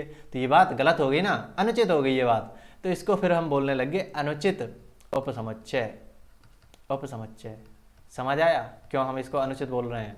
और ये बाकी के हैं वो सही हैं, बढ़िया हैं कि उनके पास कम शक्तियां हैं, इनके पास 3 अवयव है तो बाकी के पास कम कम अवयव हैं, तो ये उचित हो गए, ये बढ़िया है, ये सही है। उचित उपसमुच्चय, proper subset, proper subset, proper यानी कि उचित उपसमुच्चय। ठीक है, तो ये थोड़ा समुच्चय का तुम्हें पता चला होगा कि किस तरीके से करना होता है। बाकी अब ये कितने उपसमुच्चय बने हैं वो बताओ सबसे पहले तो, कि 3 अवयव थे तो कितने सारे उपसमुच्चय बन रहे हैं, 1 2 3 4 5 6 7 8, 8 अवयव बने हैं, 8 उपसमुच्चय बने हैं। तो यहाँ पर जो क्वेश्चन है उसमें पूछा जा सकता है कि कोई तुम्हें समुच्चय दे देगा, मान लो ए मैंने दे दिया 1 2 3 4, जरूरी नहीं है ऐसा ही हो। मान लो मैं तुम्हारे सामने ABCD ले लेता, ABCDE, मान लो ये कोई समुच्चय दे दिया। अब बोल रहा है कि इसमें से कितने सारे उपसमुच्चय बनाए जा सकते हैं। तो वही चीज़ है, प्रॉपर जो तरीका है वो तो ये है कि तुम 5 5 के जोड़े बनाओ, फिर 4 4 के जोड़े बनाओ, फिर 3 3 के जोड़े बनाओ, फिर 2 2 के जोड़े बनाओ, फिर 1 1 के, फिर 0 का। तो तुम्हें जितने उपसमुच्चय होंगे वो सारे मिल जाएंगे। लेकिन वो केवल संख्या पूछ रहा है कि कितने उपसमुच्चय होंगे। तो इसका उन्होंने एक तरीका निकाल दिया, 2 की पावर n। किस तरीके से आया वो बाद में बात कराएंगे, तुम्हें अभी मतलब नहीं है। क्लास 11th में बेसिकली मैंने ये पूरा प्रूफ भी कराया होगा जब तुमने क्रमचय संचय वाला चैप्टर पढ़ा होगा वहाँ पर, तो उसी से बेसिकली इसका प्रूफ होता है। तो वहाँ पर ठीक है, तुम 2 की पावर n याद रख लो, सिंपल। तो यहाँ पर जैसे 3 अवयव थे तो 2 की पावर 3 यानी कि 8 आ गया। तो इसमें जितने जो उपसमुच्चय होंगे वो 8 उपसमुच्चय होंगे। यहाँ पर अगर 5 अवयव हैं तो 2 की पावर 5 कर दो, कितना आ जाएगा 32। तो इसके टोटल 32 उपसमुच्चय बनेंगे। तो उपसमुच्चयों की संख्या कितनी होगी वो तुम्हें समझ में आ गया। अब मैं कह रहा हूं तुमसे कि उचित उपसमुच्चयों की संख्या बताओ। ये तुम्हारे पास एक समुच्चय है, इसके उचित उपसमुच्चय कितने होंगे? तुम बोलोगे हम टोटल कुल उपसमुच्चय तो बता सकते हैं कि 2 की पावर 3 हो जाएगा, कुल 8। लेकिन तुम्हें पता है वो 8 तो सब मिला के आते हैं, अनुचित भी होगा उचित भी होगा, सब कुछ मिला के 8 आए होगा। तुम्हें पता है अनुचित तो एक ही उपसमुच्चय होगा, अगर ये उसके बराबर आ जाता है तो वो अनुचित हो जाता है। उस एक को हटा दें तो हमारे पास सारे के सारे उचित उपसमुच्चय मिल जाएंगे। तो बेसिकली 2 की पावर n से तो टोटल आते हैं, लेकिन उसमें से तुम इस एक अनुचित को घटा दोगे तो तुम्हें उचित उपसमुच्चय मिल जाएंगे। तो बहुत बार ऐसा सवाल भी बना था, तो वो चीज़ भी तुम्हें याद रखनी है। ठीक है, सारा गेम तुम्हें समझ में आ रहा होगा उपसमुच्चय का। अब 2 बातें यहाँ से तुम्हें याद रखनी होती हैं कि पहली बात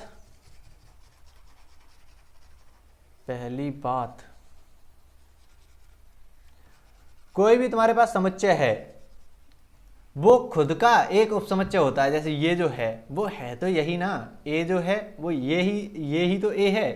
तो ये जो ए है, समुच्चय ए है, वो खुद का ही एक उपसमुच्चय होता है। ये बात तुम्हें समझ में आ रही है कि हर समुच्चय का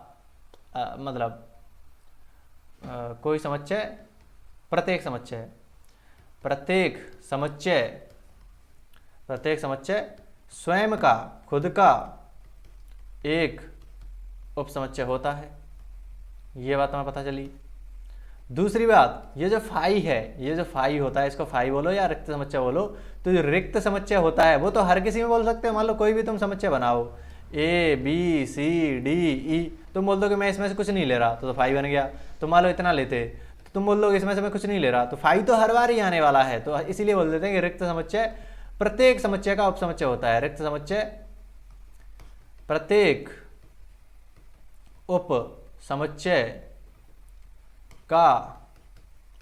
समुच्चय का उपसमुच्चय होता है। ये 2 बातें तुम्हें समझ में आनी चाहिए। ठीक है, समझ गए होगे तुम। इसके बाद हम अगली चीज पर बढ़ते हैं, अंतराल। तो अंतराल बेसिकली कुछ अलग चीज नहीं है। अंतराल एक समुच्चय का प्रकार है जिसे हम सतत समुच्चय बोलते हैं। सतत समुच्चय क्या होता है? सतत का मतलब कंटिन्यूअस सेट, जो लगातार चले। जैसे संख्या रेखा होती है तो 1 2 3 ऐसे तो वहाँ पर दिखाते हैं, लेकिन ये कंटिन्यूअस होती है कि 1 के बाद 1.1 आएगा, फिर 1.2 आएगा। लेकिन तुम बोलोगे इसके बीच में और भी आएंगे, 1.11 आएगा, 1.12 आएगा। मैं बोलूँगा इससे और बीच में कुछ आ जाएगा, 1.111 आएगा, फिर तुम बोलोगे 1.111 ऐसा कुछ आएगा। तो हर पॉइंट पर कुछ ना कुछ आ रहा है, तो ये कंटिन्यूअस है। ऐसा कभी हो ही नहीं सकता कि बीच में से डायरेक्ट जंप करेगा कि एक के बाद डायरेक्ट 2 आ गया, 1 के बाद क्या आएगा तुम बता नहीं सकते। ये जो 1 है और 2 है, इनके बीच में अनंत बैठा है, अनंत संख्या है इसके बीच में। तो अनंत संख्या मतलब हर पॉइंट पर कोई ना कोई संख्या होगी, तो ये कंटिन्यूअस होता है। ऐसा नहीं होगा कि एक संख्या के बाद डायरेक्ट 2 आ गया, ऐसा कभी नहीं होगा। तो ये जो समुच्चय होता है उसको हम कहते हैं अंतराल या सतत समुच्चय, और सतत समुच्चय का ही दूसरा नाम होता है अंतराल। बेसिकली जो वास्तविक संख्याएं होती हैं, वास्तविक संख्या रेखा जो होती है, उसका जो समुच्चय होता है वो होता है अंतराल। बेसिकली वास्तविक संख्याओं का ये एक तरीके से उप समुच्चय होता है। अब ये थोड़ा सा डिटेल में जा रहे हैं, लेकिन क्लास 11th वालों को ये चीज़ समझ में आती है। अगर कोई समझना चाहे तो समझ सकता है कि R जो होता है, सभी वास्तविक संख्याएं, उनमें से तुम मान लो 2 से 3 के बीच का कुछ बता रहे हो कि 2 से 3 के बीच में कोई समुच्चय है। मान लो तुमने बता दिया कि x ऐसी है, x तुम्हारा ऐसा है कि जो 2 से 3 के बीच में है, 2 से 3 के बीच में है। तो 2 से 3 के बीच में तो अनंत संख्याएं हैं, तो उनको लिखने का ये तरीका हो गया, क्योंकि संख्या रेखा तो पूरी की पूरी अनंत 1 2 3 4 इस तरीके से प्लस अनंत तक चलेगी, और इधर -1 -2 -3, इनको पूर्णांक मत समझ लेना। संख्या रेखा अलग होती है, पूर्णांक अलग होते हैं। पूर्णांक में तो 1 के बाद सीधा 2 आता है, फिर 3 आता है, लेकिन संख्या रेखा में ऐसा नहीं होता है। 1 के बाद डायरेक्ट 2 आ गया, 1 के बाद 1.1 1.111 1.1111 ऐसे चलता है। तो ये पूरी संख्या रेखा है, वो वास्तविक संख्याओं का समुच्चय है। ये जो पूरी संख्या रेखा है वो वास्तविक संख्याओं का समुच्चय है, एक समुच्चय है। इसमें से तुम केवल इतना ले रहे हो कि 1 से मान लो 2 से 3 लिया है ना हमने, तो ये पूरा का पूरा समुच्चय, इसमें से तुम एक छोटा सा टुकड़ा निकाल रहे हो 2 से 3 के बीच का, तो ये इसका उपसमुच्चय ही तो हो गया। तो एक तरीके से जो अंतराल होता है वास्तविक संख्याओं के समुच्चय का उपसमुच्चय होता है। क्या बोला, समझ में आया? नहीं समझ में आया छोड़ दो, जिन लोगों को समझ में आ गया वो अच्छी बात है। तो इसमें कुछ तुमने इस तरीके के देखोगे, 4 ही तरह के तुम्हें अंतराल देखने को मिलते हैं। ये होता है, इसका मतलब होता है अगर बड़ा कोष्टक लगे तो बड़ा कोष्टक का मतलब होता है कि ये जो 2 है, ये जो 2 है इसमें सम्मिलित है, ये हमें लेना है, 2 को लेना है। अगर बड़ा कोष्टक है तो 3 को हमें लेना है, ये होता है इनका मतलब सम्मिलित होना। यहाँ पर देखो छोटा कोष्टक है, इसको कहते हैं क्लोज ब्रैकेट, बंद, क्लोज ब्रैकेट ही बोले, क्लोज ब्रैकेट और open bracket. Basically close interval, interval और ओपन इंटरवल। खुला बंद अंतराल, हिंदी में बंद अंतराल बोलते हैं ऐसे को। अगर दोनों तरफ से वो बंद है, दोनों तरफ से बड़ा कोष्टक है तो वो बंद है, बंद अंतराल। और दोनों तरफ से ओपन है, खुला है तो ओपन इंटरवल या फिर खुला अंतराल, खुला अंतराल। इसके लिए 2 शब्द और आते हैं लेकिन मैं उनको बताऊंगा नहीं तुम्हें। संव्रत और विव्रत तुमने सुना होगा, वो ठीक है, इसी तरीके समझो इसको, खुला और बंद। इसको देखोगे तो ये आधा तो बंद है आधा खुला है, आधा बंद है आधा खुला है, तो इन दोनों को क्या बोलते हैं? अर्ध खुला अर्ध बंद, अर्ध खुला अर्ध बंद। आधा तो खुला है आधा बंद है, अर्ध बंद अंतराल। तो ये बस नामकरण कर दिया है इनका, और कुछ नहीं है। अब तुम समझो, इनको हटाओ नामकरण को, इनका मतलब क्या होता है वो समझो। ये कुछ और नहीं है, ये समुच्चय ही है। ये बात दिमाग में डाल लो कि ये जो बात लिखी हुई है उसका क्या मतलब है कि ऐसा कोई समुच्चय लेना है जहाँ पर x कैसा होना चाहिए, x जो है वो 2 से तो बड़ा होना चाहिए और बराबर होना चाहिए, और 3 से छोटा होना चाहिए और 3 के बराबर होना चाहिए। बराबर का चिन्ह क्यों लगाया? क्योंकि 3 इसमें सम्मिलित है, 3 लेना है, तो अगर 3 लेना है तो बराबर का चिन्ह लगाओ। अगर नहीं लेना होता तो हम बराबर का चिन्ह नहीं लगाते, उनके बीच की संख्या ले लेते बस। तो यहाँ पर 2 भी लेना है, 3 भी लेना है, और उसके बीच की सारी संख्या लेनी है, वो होती है ये चीज़ लिखने का तरीका होता है। इस समुच्चय को लिखने का तरीका होता है ये अंतराल, जिसे हम बोल देते हैं। इसको कैसे लगाएंगे कि x हमें ऐसी ऐसी चाहिए कि जो 2 से तो बड़ी हो और 3 से छोटी हो, लेकिन 2 और 3 हमें लेना नहीं है, तो बराबर का चिन्ह नहीं लगाएंगे, हटा देंगे बराबर का चिन्ह। यहाँ पर हमें x ऐसी चाहिए कि 2 तो हमें लेना है तो बराबर का चिन्ह, और 3 हमें नहीं लेना तो बराबर का चिन्ह नहीं लगाएंगे, यहाँ पर नहीं लगाएंगे। ऐसे ही इसको तुम लिख के बताओ खुद से, x सच दैट 2x 3, बताओ कैसा कैसा चिन्ह लगाओगे तुम? तो बोलोगे 2 के बगल तो खुला हुआ है, खुला ब्रैकेट है, ओपन ब्रैकेट है, तो उसको हम नहीं लेंगे तो बराबर का चिन्ह नहीं लगाएंगे। लेकिन इधर की साइड बंद है तो इसको हम बराबर का चिन्ह लगा देंगे इस तरीके से। तो अंतराल को लिखने के ये तरीके होते हैं, इसी को, हाँ इसी तरीके से ये अंतराल है। इसके बाद फिर समुच्चय में क्या आता है? वेन आरेख। वेन आरेख आता है समुच्चय में।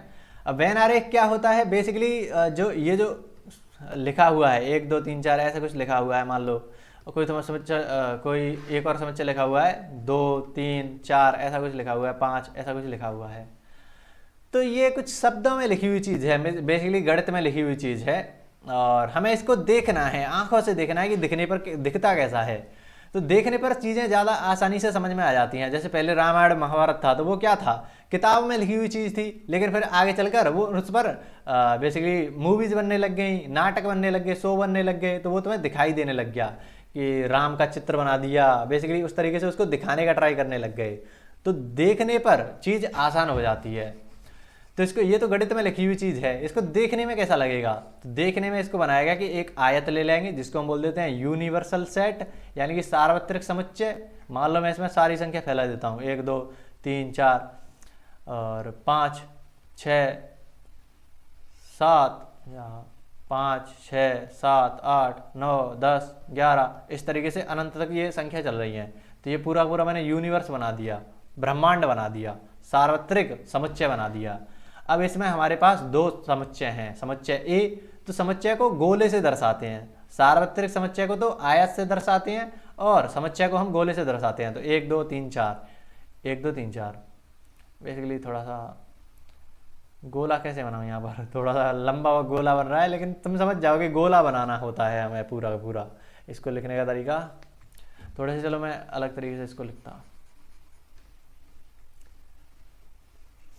मैं कह रहा हूँ 2 3 4 और 3 4 5 6 ऐसा कुछ है। तो इसमें तो सारे के सारे संख्या फैली हुई होंगी यूनिवर्स में, तो 1 2 3, 1 2 3 4 और 5 6 7 8 9 10 इस तरीके से अनंत तक चल रही होंगी। हम क्या कह रहे हैं कि एक समुच्चय तो आपके पास आ रहा है इस तरीके से कि 2 3 4, इसका एक समुच्चय बना दिया ए, 2 3 4 को हमने ऐसे दिखा दिया। और बी क्या है 3 4 5 6, 3 4 5 6, 3 4, चलो मैं 5 को इधर लिख लेता, 5 और 6, फिर 7 8 9, ये सब अलग डले हुए हैं। तो बेसिकली एक तुम्हारा समुच्चय बन जाएगा ये इस तरीके से, एक तुमने गोला ये बना दिया, तो ये जो गोला है वो तो हो गया बी, ये जो गोला है वो हो गया ए। ठीक है, थोड़ा समझ में आया होगा तुम्हें। तो बेसिकली अब तुम्हें सारी चीजें यहाँ पर देखने से ही समझ में आ गई है कि समुच्चय ए तो ये रहा, इसमें कौन कौन आ रहा है 2 3 4 आ रहा है, और समुच्चय बी क्या है जिसमें 3 4 5 6 आ रहा है। लेकिन तुमने तुरंत एक बात समझ जाओ कि ये जो 3 और 4 हैं वो तो दोनों में आ रहा है, तो ये कॉमन है दोनों में। तो ये जो कॉमन है वो सारी चीजें अब यहाँ से देखने को मिलने लग जाएंगी। तो देखने पर ज़्यादा आसानी से हमें समझ में आ जाता है। यहाँ पर तुम ढूंढोगे तो कि 3 4 इसमें भी है, 3 4 इसमें भी है, यहाँ पर देखते ही समझ में आ रहा है कि 3 4 तो बीच में आ गया, बीच में पड़ गया मतलब कॉमन है। तो ये होता है बेन आरेख। जैसे अब इसमें बहुत सारी चीज़ें आती हैं कि बेन आरेख पर क्या क्या चीज़ें करी जा सकती हैं। तो अगर मैं एक बार में ही तुम्हें अगर चीज़ें बताऊं सारी की सारी जितनी भी हैं तो समझना एक बार में। तो कोई समुच्चय है, मान लो जैसे 2 है 3 है, ये संख्याएं होती हैं, तो संख्याओं पर संक्रियाएं करी जाती हैं। संक्रियाएं समझते हो, ऑपरेशंस, संक्रिया, संक्रियाएं, ऑपरेशन करा जाता है, ऑपरेशन। तो कई सारे ऑपरेशंस होते हैं, जैसे प्लस हो गया, माइनस हो गया, गुणा हो गया, भाग हो गया, ये सब संक्रियाएं होती हैं। दो संख्याओं के बीच में कुछ भी कर रहे हो तो वो संक्रिया है। जैसे 2 + 3 करा तो कुछ तुम्हारा आंसर आया 6, कितना आया 5, जोड़ना भी ना था, गुणा करा तो 6 आ गया, घटाया तो -1 आ गया। तो देख रहे हो ये जो संक्रिया है उसको चेंज करने पर तुम्हारा आंसर चेंज हो रहा है। ऐसा ही तुम समुच्चय के बीच में करते हो, क्योंकि तुम्हारे पास कोई समुच्चय है 1 2 3 ऐसा कुछ है, और तुम्हारे पास समुच्चय है बी 2 4 6 मान लो, ऐसा कुछ मान लो। तो इन दोनों के बीच में समुच्चय ए है और समुच्चय बी है, इनके बीच में कुछ कुछ करेंगे। तो यहाँ पर जो समुच्चय होता है वहाँ पर प्लस करने का मतलब होता है यूनियन, जोड़ना, यूनियन, सम्मिलन। अगर तुम दोनों में कॉमन ढूंढ रहे हो, दोनों में कॉमन, तो उसका मतलब होता है इंटरसेक्शन, सर्वनिष्ठ। तो इस तरीके देख रहे हो, दो समुच्चयों के बीच में हम कुछ कुछ कर रहे हैं। अगर a - b कर दिया, इसका मतलब होता है कि बेसिकली अंतर, समुच्चयों में अंतर। अगर मान लो तुमने a की पावर कुछ कर दिया डैश, तो इसका मतलब होता है कॉम्प्लीमेंट। कॉम्प्लीमेंट का मतलब पूरक, यानी कि a को छोड़कर जो कुछ है वो तुम्हें लेना होता है। तो ये कुछ संक्रियाएं होती हैं जो समुच्चयों पर करी जाती हैं। तो अब उनको देखते हैं, वेन डायग्राम से ही इनको अच्छे से समझा जाता है। जैसे पहली आती है A यूनियन B। जैसे मैं फिर से वही चीज़ बना था कि तुम्हारे पास कोई एक समुच्चय है A, दूसरा है समुच्चय B।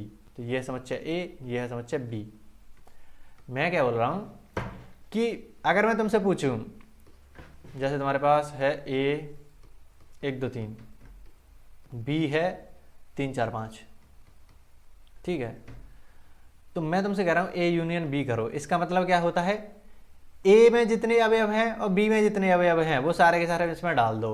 जो यूनियन होता है वो एक समुच्चय होता है। वो क्या कहता है, हमें ऐसी ऐसी x चाहिए कि x जो है वो या तो A में हो या B में हो। तो A में भी हो या B में हो। A में क्या है 1 2 3, और B में क्या है 3 3, तो इसमें ही आ रहा है ना, ये गोला B का है तो B के अंदर 3 आ गया, 3 और 4 5। इस तरीके से ही तो इन दोनों को हमने इस तरीके से लिख दिया है पूरा उसमें। तो A यूनियन का मतलब क्या होता है, या तो A में हो, तो या तो A में क्या है 1 2 3, यही तो A में है, A में जितने हैं वो मैंने डाल दिए, या B में हो तो या B में हो। 3 को मैं बार बार तो लिखूंगा नहीं क्योंकि आ चुका है, तो बची हुई चीज़ों को लेंगे 4 और 5, या B में हो। तो ये जो जितना आया है वो हमारा हो जाता है A यूनियन B। बेसिकली इसके जितने अवयव होते हैं और इसके जितने अवयव होते हैं उन सभी को इसमें लिख देते हैं। जो रिपीट हो रहा होता है उसको हटा देते हैं। जैसे यहाँ पर 3 इसमें भी आ रहा था, 3 इसमें भी आ रहा था, उसको हटा देते हैं, केवल एक बार लिखते हैं उसको, क्योंकि बार बार तो लिख भी नहीं सकते। तो सारे जितने भी अवयव होते हैं उनको जोड़ देते हैं, बेसिकली लिख देते हैं, वो होता है यूनियन। यहाँ पर अगर मैं तुम्हें दिखाऊँ तो एक तरीके से ये जो पूरा एरिया है, ये जो पूरा एरिया है, ये तो ए हो गया, उसमें तुमने बी को जोड़ दिया, तो ये जो जितना भी तुम्हें एरिया दिख रहा है बैंगनी कलर से, बैंगनी या गुलाबी कलर से, तो वो जो है वो पूरा का पूरा एरिया हो जाता है ए यूनियन बी का। तो ये जो मैं रंग रहा हूँ वो पूरा का पूरा है A union B, A union B. तो ये चीज़ तुम्हें समझ में आनी चाहिए। यूनियन में आता है या, ये याद रखना, और कहते हैं इसको इंग्लिश में, और, कि या तो ए में हो या बी में हो। तो बेसिकली हम दोनों की बात करते हैं कि दोनों को जोड़ दो, जोड़ने का मतलब आता है। अगली चीज आती है सर्वनिष्ठ यानी कि इंटरसेक्शन। इसमें आता है और, कि या तो एक्स ए में भी हो और एक्स बी में भी हो। तो हमें जो एक्स है वो ए में भी हो और बी में भी हो, वो चीज़ें उठानी है। जैसे मैं तुम्हारे सामने फिर से वही चीज़ लेता हूँ कि ए 1 2 3 4 है मान लो, और बी क्या है, ये क्या लिख रखे हैं, चलो ठीक है, 3 4 5 6 ऐसा कुछ मान लो। मैंने 2 समुच्चय बनाए, तो अगर मैं इसको उस पर दिखाऊं तो ये ए है, ये बी है, 1 2 3 4 3 4 5 6 3 4 5 6, इसी तरीके से तो लिखोगे तुम। तो यहां पर इंटरसेक्शन का यानी कि सर्वनिष्ठ का मतलब क्या होता है, कॉमन लेना, कॉमन लेना। अगर सिंपल लैंग्वेज में देखो तो कॉमन लेना, कि दोनों में क्या है। तो जो एक्स, जो अवयव ए में भी हो और जो अवयव बी में भी हो, उसको हमें लेना है। तो हम कहोगे भैया ए इंटरसेक्शन बी अगर हम करेंगे तो जो अवयव ए में भी हो, यानी कि 3 और 4 ए में भी हैं और 3 और 4 बी में भी हैं, तो 3 और 4 को हम ले लेंगे। ये जो समुच्चय बना है उसको हम कहेंगे सर्वनिष्ठ, यानी कि इंटरसेक्शन ले लिया तुमने। तो दोनों में जो कॉमन है वो बस तुम्हें लेने हैं और उसका तुम्हें इंटरसेक्शन कर देना है। ठीक है, ये इसका इंटरसेक्शन का चिन्ह होता है। तो ये चीज़ समझ में आई। अगर मैं तुम्हें यहाँ पर उसको दिखाऊं कि वो कहाँ पर दिखता है, वो एरिया कहाँ पर है, तो ये जो एरिया तुम्हारे सामने आ रहा है वो है ए इंटरसेक्शन बी का एरिया। ए यूनियन बी का एरिया क्या था, ये पूरा का पूरा जो है वो ए यूनियन बी का एरिया है। ठीक है, तो मैं थोड़ी थोड़ी चीज़ें समझ में आई होंगी। अब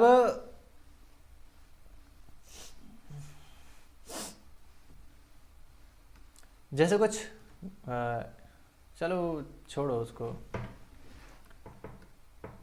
अब आता है एक और चीज, अंतर, a माइनस बी। इसका मतलब क्या होता है, a माइनस बी का मतलब क्या होता है, a माइनस बी का अगर मैं सिंपल मतलब लिखूं तो a के वो सारे अवयव, a के सभी अवयव, वे a के वे अवयव जो समुच्चय बी में न हो, ये होता है इसका मतलब। बी माइनस ए का मतलब क्या होता है, समुच्चय बी के वे अवयव, वे सभी अवयव, वे अवयव जो ए में न हो। मतलब क्या है कि मान लो तुम्हारे पास ए है 1 2 3 4 3 4, बी है 3 4 5 6, इस तरीके से है। तो कहने का मतलब ये है कि ए के इतने वो सारे अवयव जो बी में ना हो। तो एक जो है वो इधर तो नहीं है, तो चलेगा, ए माइनस बी कर रहे हैं मान लो, तो ए के वो सारे अवयव जो बी में ना हो, तो वो देख लो कि बी में कौन कौन है। तो जैसे 3 4 यहाँ पर है, 3 4 यहाँ पर भी है, तो जो बी में ना हो वो लेने हैं, कि ए में जितने सारे अवयव हैं जो बी में ना हो, ये तो बी में हैं तो इनको तो नहीं लेना, ये बी में नहीं है तो इनको बस लेना है। ये बहुत चक्कर पड़ता है शुरुआत में, अगर तुमने देखा हो तो, कि हम इसमें देखने लग जाते हैं बी में कि बी में कौन सा नहीं है तो उसको ले लेते हैं 5 और 6 को, तो वो नहीं लेना। इसी केवल ए पर फोकस रखना होता है कि ए के वो सारे अवयव जो बी में नहीं है। तो सबसे पहले देख लो कि बी में कौन कौन है, तो बी में 3 और 4 हैं, तो 3 और 4 को हम नहीं लेंगे, जो बी में नहीं है 1 और 2 उसको हम लेंगे। ठीक है, इसी चीज़ को तुम इसमें देखो कि मैं 2 समुच्चय बना रहा हूँ, 1 2 3 4, थोड़ा सा बना बनाता हूँ।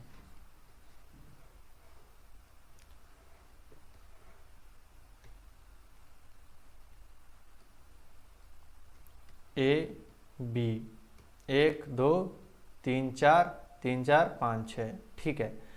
तो यहाँ पर अब तुम देखो ए के वो अवयव, ए में इतने सारे 4 अवयव हैं, ए के वो अवयव जो बी में ना हो, तो ये जो 2 हैं वही तो ऐसे हैं जो बी में नहीं है। ये जो 3 और 4 थे वो तो बी में आ गए, तो हमें कौन सा एरिया कवर करना है, ये बस इतना 3 4 को छोड़ देना है क्योंकि वो तो बी में आ गए।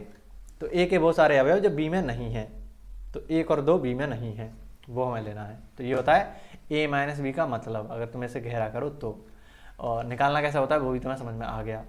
अब इसी चीज़ को बस तुम उल्टा कर दो, बी माइनस ए करो, बी माइनस ए करो, तो बी क्या था, 3 4 5 6 था, ए क्या था 1 2 3 4। तो अगर b माइनस ए करना है, b माइनस ए करना है, तो इसका मतलब क्या है, b के वे सारे अवयव जो a में ना हो, तो b क्या है 3 4 5 6, तो 3 4 जो हैं वो तो a में भी हैं, तो इनको हटा देना है कि जो b a में भी हैं उनको हटा देना है, बाकी बचे हुए को ले लेना है। 5 और 6 को हम ले लेंगे, तो ये जो अवयव बनेगा वो हो जाएगा ये। इसी चीज़ को तुम यहाँ पर देख सकते हो कि मैं इसको अलग कलर से इसी में कर देता हूँ, चलो यहीं पर लिख लेता। तो 1 2 3 4 5 और 6, 5 और 6, तो हमें कौन सा एरिया कवर करना होगा, b के वो सारे अवयव, ये b है ये a है, तो b के वो सारे अवयव जो a में नहीं हैं, तो ये 3 और 4 तो a में थे, 5 और 6 नहीं थे, तो वही चीज़ यहाँ पर लिखी हुई है। तो b माइनस ए को लिखने का तरीका ये है। तो समझ में आ रहा होगा अंतर क्या होता है। जैसे मैं तुम्हारे सामने लिखूँ कि a माइनस बी बताओ, तुम क्या बोलोगे, a में से b को हटा दो, तो ये हो जाता है a minus B, a minus B, ये इतना हो गया, ठीक है। b माइनस ए क्या हो जाएगा फिर, तो b में से a वाला पार्ट हटा दो, तो a जहाँ जहाँ तक है उसको हटा दो, तो वो हटा दिया तो बचा होगा ये आ गया, ये हो जाता है a माइनस बी। बेसिकली हाँ, अगर तुम इन दोनों का यूनियन कर देते हो, अगर इन दोनों का जो यूनियन है वो कर देते हो कि तुम्हें ये दोनों बातें एक साथ कर देते हो कि इसमें जो अवयव आ रहे हैं और इसमें जो अवयव आ रहे हैं वो सब ले लिया, और ये जो कॉमन वाला है वो तुमने छोड़ दिया, तो ये जो अगर तुमने यूनियन करा तो इसी चीज़ को कहने लग जाते हैं सिमेट्रिक डिफरेंस, सममित अंतर। ए और बी में सममित अंतर है, ठीक है, सममित अंतर, सिमेट्रिक डिफरेंस। सिमेट्री दिख रही है ना, जितना इधर है उतना ही उधर है, बिल्कुल अपोजिट। जैसे सिमेट्री होती है कि कोई बॉल है, तो इसमें एक सिमेट्री होती है कि जैसा इधर दिख रहा है वैसा ही इधर दिख रहा है, तो तुम्हें वही चीज़ दिख रही होगी यहाँ पर, जैसा इधर दिख रहा है वैसा ही इधर दिख रहा है, तो ये होता है सिमेट्रिक डिफरेंस। इसको इस तरीके से देखते हैं। तो अगर कहीं ऐसा कुछ लिख जाए तो तुम समझ जाना कि ये चीज़ लिखी हुई है। इसी चीज़ को तुम एक और तरीके से समझो, ये चीज़ थोड़ी सी इंपॉर्टेंट है।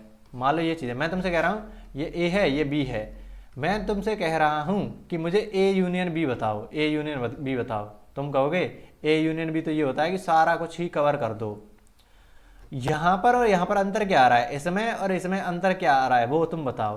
तुम कहोगे भैया इसमें जो होता है वो इंटरसेक्शन हम नहीं ले रहे और इसमें इंटरसेक्शन भी ले रहे हैं।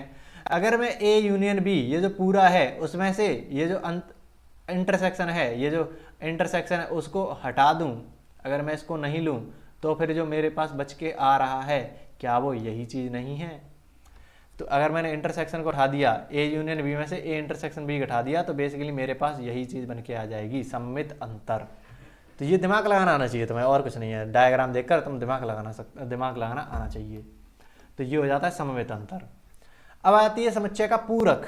कॉम्प्लीमेंट क्या होता है, कॉम्प्लीमेंट का मतलब होता है जो है उसको छोड़ दो बस। जैसे कोई तुम्हें एक सार्वत्रिक समुच्चय यू दे रखा है, पूरा का पूरा यूनिवर्स सार्वत्रिक समुच्चय दे रखा है, उसमें ये सारे सारे पड़े हुए हैं 1 2 3 4 1 2 3 4 5 6 7 8 9, ये पूरा यूनिवर्स है। इसमें एक समुच्चय है ए, समुच्चय ए में अवयव आ रहे हैं 4 5 6 7, हाँ इतने ही आ रहे हैं, ये 9 था, ठीक है, 4 5 6 7, ये ए है। तो ए है ये ए कॉम्प्लीमेंट, या इसको ए डैश से भी दर्शाते हैं, ए डैश लिख दो या ए कॉम्प्लीमेंट लिख दो, सी ए सी लिख दो, कॉम्प्लीमेंट ही होता है ए का पूरक।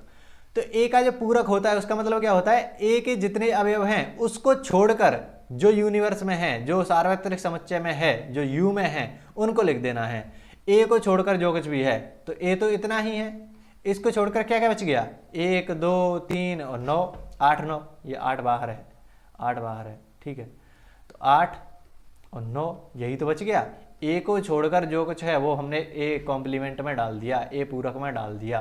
तो बेसिकली 4 5 6 7 ये तो ए था। अब ए को इसको छोड़कर, ए को छोड़कर ये आ गए और ये आ गए, इन सब का हमने एक नया सेट बना दिया, उसको हम कह देते हैं ए का पूरक, ए कॉम्प्लीमेंट।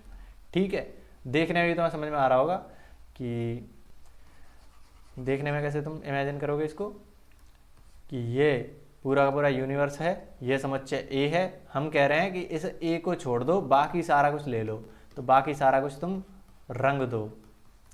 तो ये जो मैंने रंगा हुआ क्षेत्र है इसको हम कहेंगे ए कॉम्प्लीमेंट। अगर ये ए है तो ये क्या हो जाएगा, ए कॉम्प्लीमेंट हो जाएगा, ए का पूरक हो जाएगा।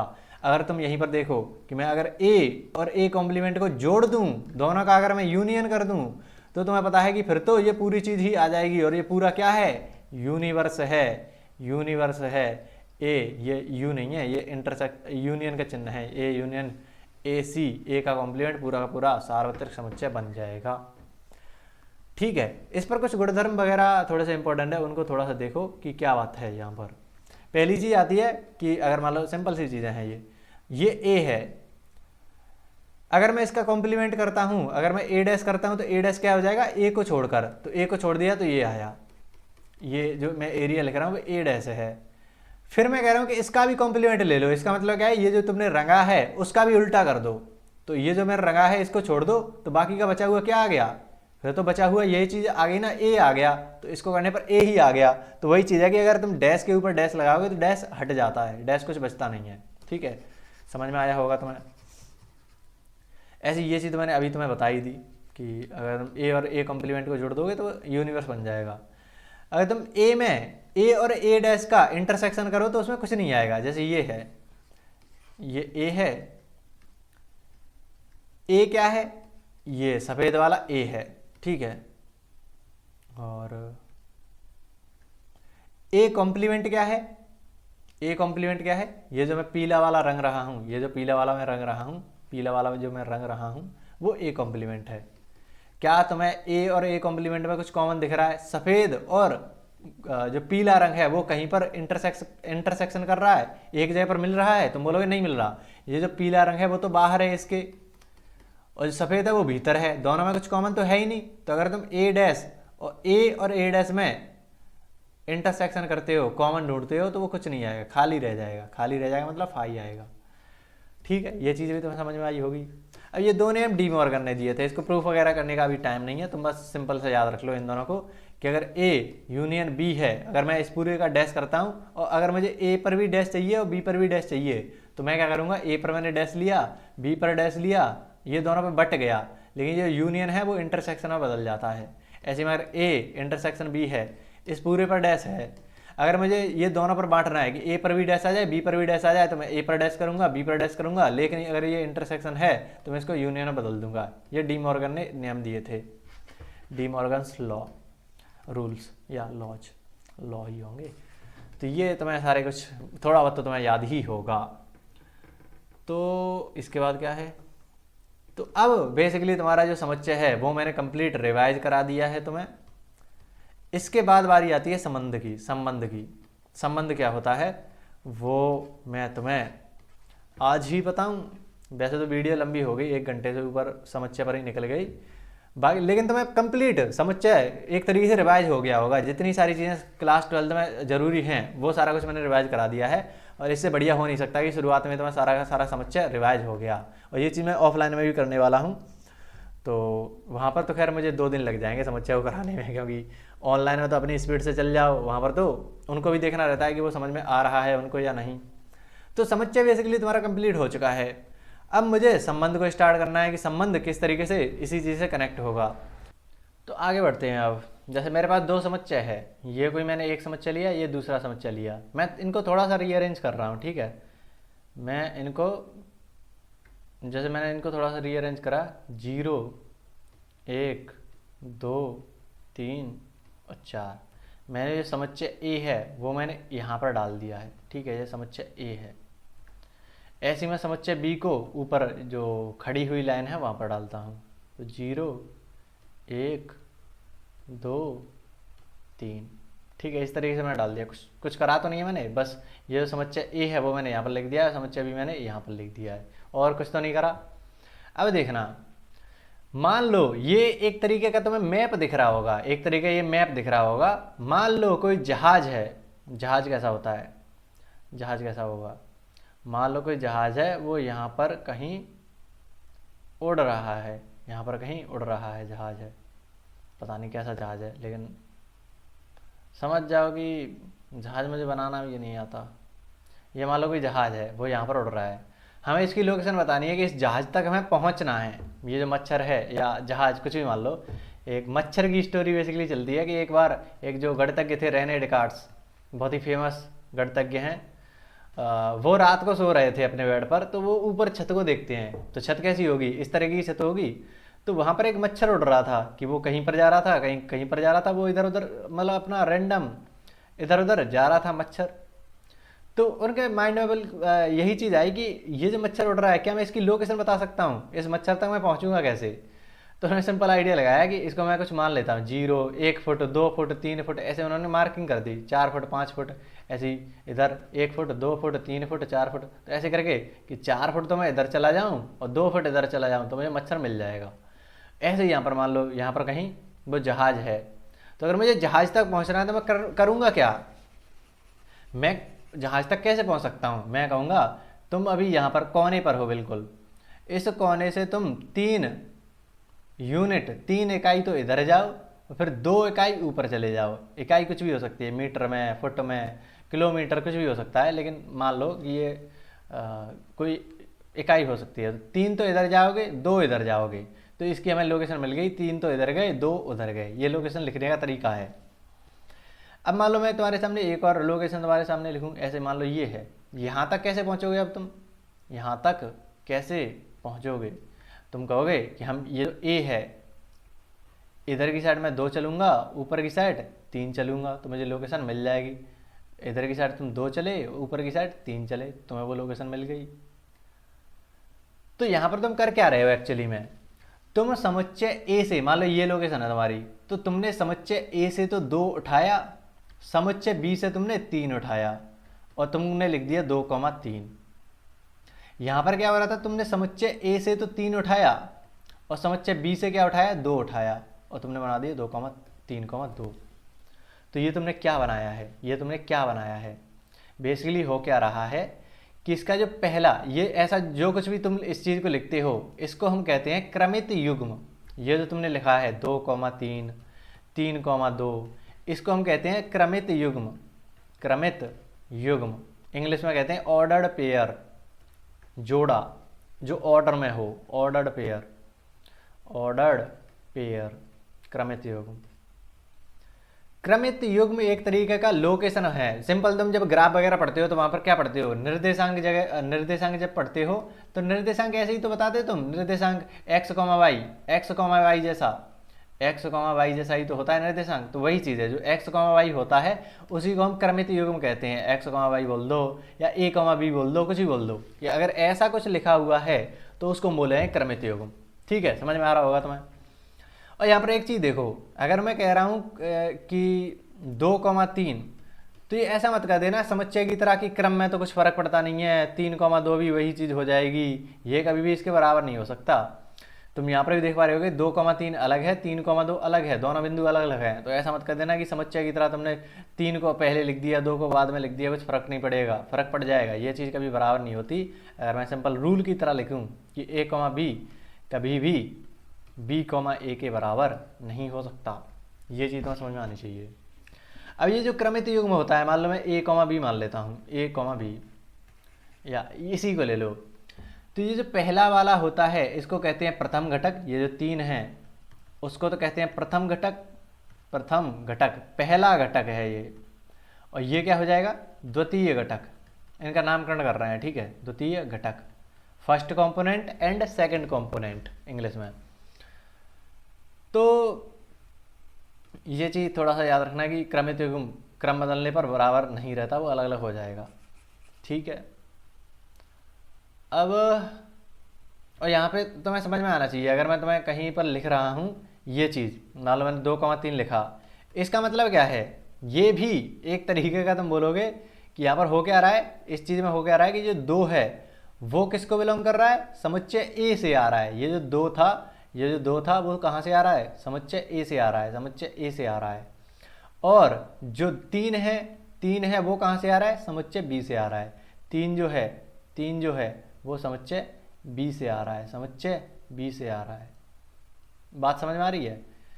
जो पहला कंपोनेंट है वो समुच्चय ए से आ रहा है, जो पहला कंपोनेंट है वो समुच्चय ए से आ रहा है, दूसरा जो कंपोनेंट है, दूसरा घटक है वो समुच्चय बी से आ रहा है। इतनी बात समझ में आनी चाहिए। तो इतना सारा कुछ तुम्हें समझ में आया होगा। अब ये जो तुम देख रहे हो यहाँ पर कितने सारे बिंदु और बनाए सकते हैं। मान लो ये जो मच्छर है, या मच्छर कुछ भी बोल लो, वो कोने में भी आ सकता है, वो यहाँ पर भी हो सकता है, वो यहाँ पर भी हो सकता है, वो यहाँ पर भी हो सकता है, वो यहाँ पर भी हो सकता है, वो यहाँ पर भी हो सकता है, वो यहाँ पर भी हो सकता है, वो यहाँ पर भी हो सकता है, वो यहाँ पर भी हो सकता है, यहाँ पर भी हो सकता है, यहाँ पर भी हो सकता है, यहाँ पर, यहाँ पर, यहाँ पर, यहाँ भी, यहाँ भी, और ये हो गया, ये हो गया। मैं थोड़ी देर के लिए हटा देता हूँ। चलो मैं इसको अगले पेज पर बनाऊंगा, ठीक है। वहाँ पर तुम्हें इसे अच्छी तरीके से समझना।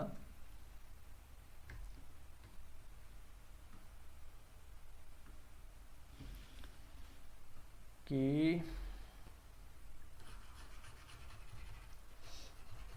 बहुत इंपॉर्टेंट है, अगर यहाँ से तुम समझ गए तो तुम्हें पूरा गेम समझ में आ जाएगा संबंध का, कि संबंध है क्या, फिर तुम फलन का भी गेम समझ जाओगे, क्योंकि संबंध से ही तुम फलन को निकालोगे। तो ये हमारे पास पूरा का पूरा एक तरीके से मैप बन जाएगा। इस पर कितने सारे बिंदु बनाए जा सकते हैं, इनको तुम बिंदु ही तो बोलोगे कि 3,2 एक बिंदु है, 3,2 बिंदु है। तो उस बिंदु को उसमें ग्राफ वगैरह पढ़ते हो तब तो बिंदु कहते हैं, लेकिन जब तुम संबंध फलन समुच्चय पढ़ते हो तो उसको क्रमित युग्म बोलते हो, ठीक है। तो बात एक ही है। तो इतने तो बहुत सारे बिंदु बनाए जा सकते हैं। तुम बोलोगे 0,0 आ गया, 1,0 आ गया, 2,0, 3,0, 4,0, ऐसे ही 0,1, 0,2, 0,3, 1,0, 1,0, 1,1, 1,2, 1,3, 2,0, 2,1, 2,3, 2,2, 2,3, 3,0, 3,1, 3,2, 3,3, 4,0, 4,1, 4,2, 4,4। इतने सारे टोटल बिंदु बनाए जा सकते हैं। बेसिकली इतने सारे क्रमित युग्म बनाए जा सकते हैं। कुल टोटल जो क्रमित युग्म है, ऑर्डर्ड पेयर्स जो हैं, वो इतने सारे बनाए जा सकते हैं इन 2 समुच्चयों से। अगर ज़्यादा होते इसमें, अब मान लो 5 होता, इधर 4 होता, तो और बन जाते, एक और लड़ी बन जाती, इधर ये लड़ी और बन जाती। तो अवयवों की संख्या जैसे जैसे बढ़ती जाएगी, ये जो क्रमित युग्म है इनकी संख्या भी बढ़ती जाएगी। ये चीज़ समझ में आ रही होगी तुम्हें। अब समझो, अब मैं तुमसे पूछूं कि इसमें टोटल कितने बिंदु होंगे, ये जो क्रमित युग्म है वो टोटल कितने होंगे। तुम कहोगे कि 1, 2, 3, 4, 5, 6, 7, 8, 9, 10, 11, 12, 13, 14, 15, 16, 17, 18, 19, 20 क्रमित युग्म है। मैं कहूँगा ठीक है, ऐसे बार बार ऐसे थोड़ी ना गिनोगे। तो तुम क्या करोगे, बेसिकली अगर मैं तुमसे कहूँ, मान लो ये कुछ बोरियाँ रखी हुई हैं, एक बोरी ये रही, एक बोरी ये रही, एक बोरी ये रही, और एक और बोरी ये रही, ऐसी एक बोरी यहाँ पर रखी, एक बोरी यहाँ पर रखी, एक बोरी यहाँ पर रखी, एक बोरी यहाँ पर रखी है। बेसिकली इस तरीके से कुछ बोरियाँ रखी हुई हैं। तो मैं तुमसे कहूँ इसको गिन के दिखाओ। तुम क्या करते हो, एक लड़ी को गिन लेते हो, एक जो लाइन होती है उसको गिन लेते हो कि इधर तो 4 हैं, और दूसरी लड़ी गिन लेते हो कि इधर की साइड 3 हैं। तो 4 4 के 3 लाइन लगी हुई हैं। तो क्या करते हो, 4 4 की 3 लाइन लगी हुई है, तो 4 3 12, 12 तुम्हारे बोरे आ जाते हैं। गिन का देख लो, 1 2 3 4 5 6 7 8 9 10 11 12, ठीक है ना। वही चीज़ यहाँ पर करो। इधर की साइड कितने बिंदुओं की लड़ी लगी हुई है, लाइन लगी हुई है। तुम बोलोगे 0, 1, 2, 3, 4, 5, 5 तो इधर की साइड है, और इधर की साइड कितने हैं, 0, 1, 2, 3, 4, 4 इधर की साइड बिंदु हैं। तो वही चीज़ यहाँ पर कर दो। ऐसा ही तुम क्षेत्रफल निकालते हुए करते हो, लंबाई गुणा चौड़ाई करते हो, तो वो क्या होता है, गुणा ही तो करते हो। तो वही चीज़ यहाँ पर है। 5 का गुणा तुमने करा 4 से, कितना आया, 20। ये 20 क्या है, कुल क्रमित युग्म है, क्रमित युग्मों की संख्या है, क्रमित युग्मों की संख्या है। अब मैं कह रहा हूं कि ये कौन कौन से, ये जो बिंदु है इसका कुछ नाम होगा, ये जो बिंदु है इसका क्या नाम होगा, 4,0, ये क्या हो जाएगा 4,1, 4,2, 4,3, इस तरीके से हर एक का नाम होगा। 2,0, 2,1, 2,3, 2,2, 2,3। तो ये जितने भी क्रमित युग्म आ रहे हैं उनका अलग से एक समुच्चय बना दो, कि एक ऐसा समुच्चय बनाओ, एक ऐसा समुच्चय बनाओ, एक ऐसा समुच्चय बनाओ जिसमें ये सारे के सारे क्रमित युग्म आ रहे हों। तुम बोलोगे 0,0 आ गया, फिर 0,1 आ गया, 0,2 आ गया, 0,3 आ गया, ठीक है। फिर क्या करोगे, 1,0 आ गया, ये वाला 1,0 आ गया, 1,1 आ गया, 1,1 आ गया, 1,2 आ गया और 1,3 आ गया। इसी तरह से चलते जाओगे, 2,0, 2,1, 2,2, 2,3, 3,0, 3,1, 3,2, 3,3 और 4,0, 4,1 और लिख लेने दो, 4,0, 4,1, 4,2, 4,3। जितने भी इसमें क्रमित युग्म बन सकते हैं उसका मैंने एक समुच्चय बना दिया। इसको ही कहते हैं A क्रॉस B। यहाँ पर जो हो रहा था 5 गुणा 4, A क्रॉस B। A में जितने अवयव हैं 5, 5 क्या है A में जितने अवयव हैं, 4 क्या है B में जितने अवयव हैं, उन दोनों का तुमने क्रॉस करा है। तो इसी को कहते हैं कार्तीय गुणन। थोड़ा सा तुम्हें फील आ रहा होगा इसका नाम में गुणा क्यों है, कार्तीय गुणन, क्रॉस क्यों है, A क्रॉस B। कार्तीय गुणन को इस तरीके से लिखते हैं, मतलब सभी क्रमित युग्मों का समुच्चय, क्रमित युग्मों का समुच्चय कार्तीय गुणन कहलाता है। एक तरीके से कार्तीय गुणन कहलाता है। यह चीज तुम्हें समझ में आई होगी, ठीक है। कार्तीय गुणन कहलाती है। अब मान लो मैं थोड़ा सा उल्टा करता, मैं पहले बी पे जाता कि अगर मुझे इसकी लोकेशन बतानी है, मान लो मैं पहले बी पे जाता कि मैं पहले 1 पे गया, फिर इधर की साइड, या इस बिंदु को लो, थोड़ा सा इसको थोड़ा ढंग से समझना। मान लो ये बिंदु है कोई, तो मैं कह रहा हूँ इस बिंदु पर जाना है, तो अभी तुम्हें क्या कर रहा था, ए पर पहले चलो। तो ए पर पहले तुमने 3 ले लिया, फिर ऊपर 2 पे जाते थे, मतलब बी पे जाते थे। इस बार मैं क्या कह रहा हूँ, पहले तुम बी पे चल जाओ, पहले बी पे चले गए 2, फिर तुम चले गए ए पे तो 3। तो ये 2 आ रहा है, अब किस में से आ रहा है, बी में से, और 3 कहाँ से आ रहा है, ए में से। तो अब उल्टा हो जाएगा, तुम पहले बी पर गए थे फिर ए पे आए हो, माने कि तुम इस बार जब सारे के सारे निकालोगे तो बी क्रॉस ए आने वाले हैं। तो बी क्रॉस ए उल्टा आएगा, देख रहे हो यहाँ पर जो पहले क्या आ रहा था 3,2 था वो 2,3 हो जाएगा, तो बिल्कुल पलट जाएगा। तो जो ए क्रॉस बी है वो बी क्रॉस ए के बराबर नहीं हो सकता। ये चीज तुम समझो कि अगर तुमने कहाँ गया, जैसे 4,3 है, अगर तुम b क्रॉस a करोगे 3,4 मिल जाएगा, लेकिन इस समुच्चय में तो 4,3 है, उस वाले में 4,3 होगा ही नहीं, वहां पर 3,4 मिलेगा। तो ये दोनों बराबर कैसे हो सकते हैं, थोड़ा सा बस तुम रट लो। अब मैं क्या बोलूँगा इसको, a cross b cross a के बराबर है। वैसे तो मैं बोलता नहीं कभी रटने के लिए, लेकिन अभी तुम रिवीजन कर रहे हो क्योंकि ये 11th में तुम पढ़ के आए होगे थोड़ा बहुत, तो इसीलिए मैं बता रहा हूँ कि ये चीज़ बराबर नहीं होती। जैसे a, b ये बराबर नहीं हो रहा था b, a के, ये जो क्रमित युग्म है वो बराबर नहीं हो रहा था b के, वैसे ही अगर ये बराबर नहीं हो रहा, इसी से मिलकर ये चीज़ बनी होती है, तो वो कैसे बराबर हो जाएगी। सिंपल सा रटो भी मत, तुम सिंपल सा याद रखो कि क्रमित युग्म दोनों में अलग अलग आ रहे हैं, क्रमित युग्म दोनों में अलग अलग आ रहे हैं, तो इनमें जो क्रॉस जो कार्तीय गुणन बनेगा वो भी अलग अलग ही आने वाला है, उससे जो समुच्चय बनेगा वो भी अलग अलग आने वाला है। पता नहीं तुम्हें समझ में आया कि नहीं। अब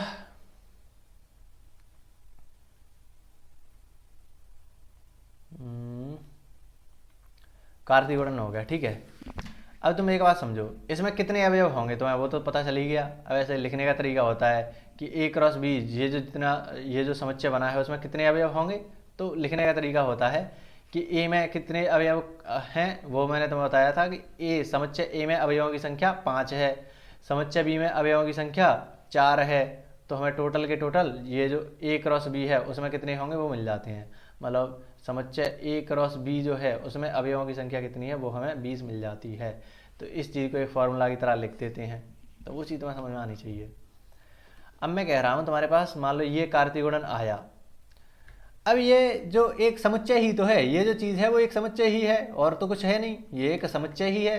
अब मान लो मैं तुमसे कह रहा हूँ कि ये जो तुम्हारे पास समुच्चय है इसमें से एक ऐसा समुच्चय निकालो।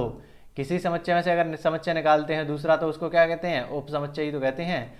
तो इस ये जो समुच्चय है उसमें से एक ऐसा उपसमुच्चय निकालो वहाँ पर ये जो ए कॉमा बी ऐसे ही तो ये क्रमित युग्म है। तो मैं कह रहा हूँ उसमें ऐसा होना चाहिए कि तुम ए का डबल करोगे, ए का तुम 2 गुना करोगे तो बी मिलना चाहिए। ऐसा कुछ मैंने संबंध बता दिया ए और बी में। तो तुम बोलोगे कि या सिंपल सा और सिंपल कर लो, ए बराबर बी होना चाहिए, ऐसा मैंने संबंध बना दिया कि इसमें से ऐसे ऐसे क्रमित युग्म छांटो जिनमें ये रिलेशन हो, ये संबंध हो। तुम कहोगे कि ये जो पहला कंपोनेंट है वो दूसरे कंपोनेंट के बराबर आना चाहिए, तो 0 0 के बराबर आ गया तो उसको हम ले लेंगे। ठीक है, 0,1 बराबर नहीं है, 0 और 1 बराबर नहीं है, 0 और 2 बराबर नहीं है, 0 3 बराबर नहीं है, नहीं लेंगे। 1 और 1 बराबर है तो उसको ले लिया, 1 और 1 बराबर है। ऐसे ही 2 और 2 बराबर है, उसको ले लिया तुमने, 2 और 2 बराबर है।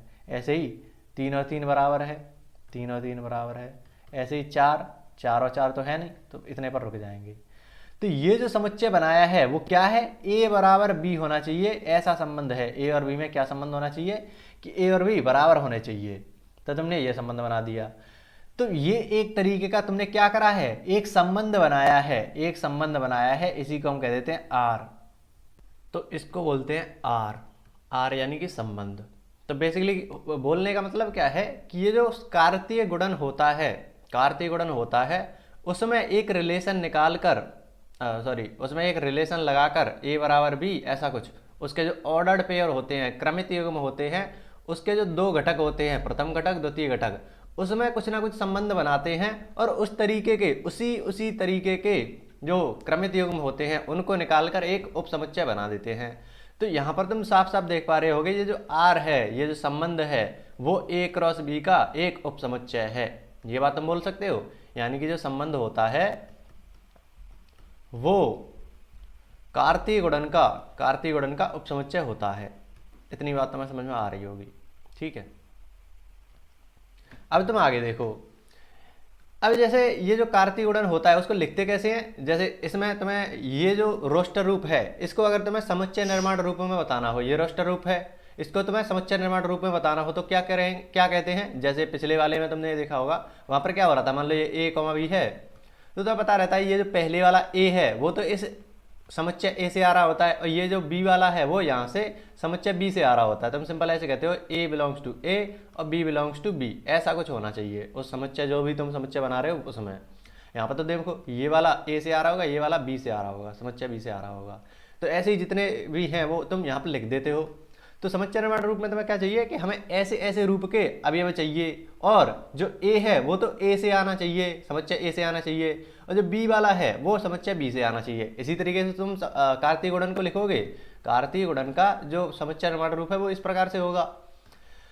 अब जब तुम इसमें से संबंध बनाते हो तो तुम बस एक चीज चेंज कर देते हो, वहां पर एक कंडीशन लगा देते हो कि ए बराबर बी होगा, या तुम ए बराबर 2b कर दो, या ए स्क्वायर बराबर बी स्क्वायर, ऐसा कुछ कर दो। कुछ भी संबंध बना सकते हो कि ए और बी में क्या क्या संबंध हो सकता है।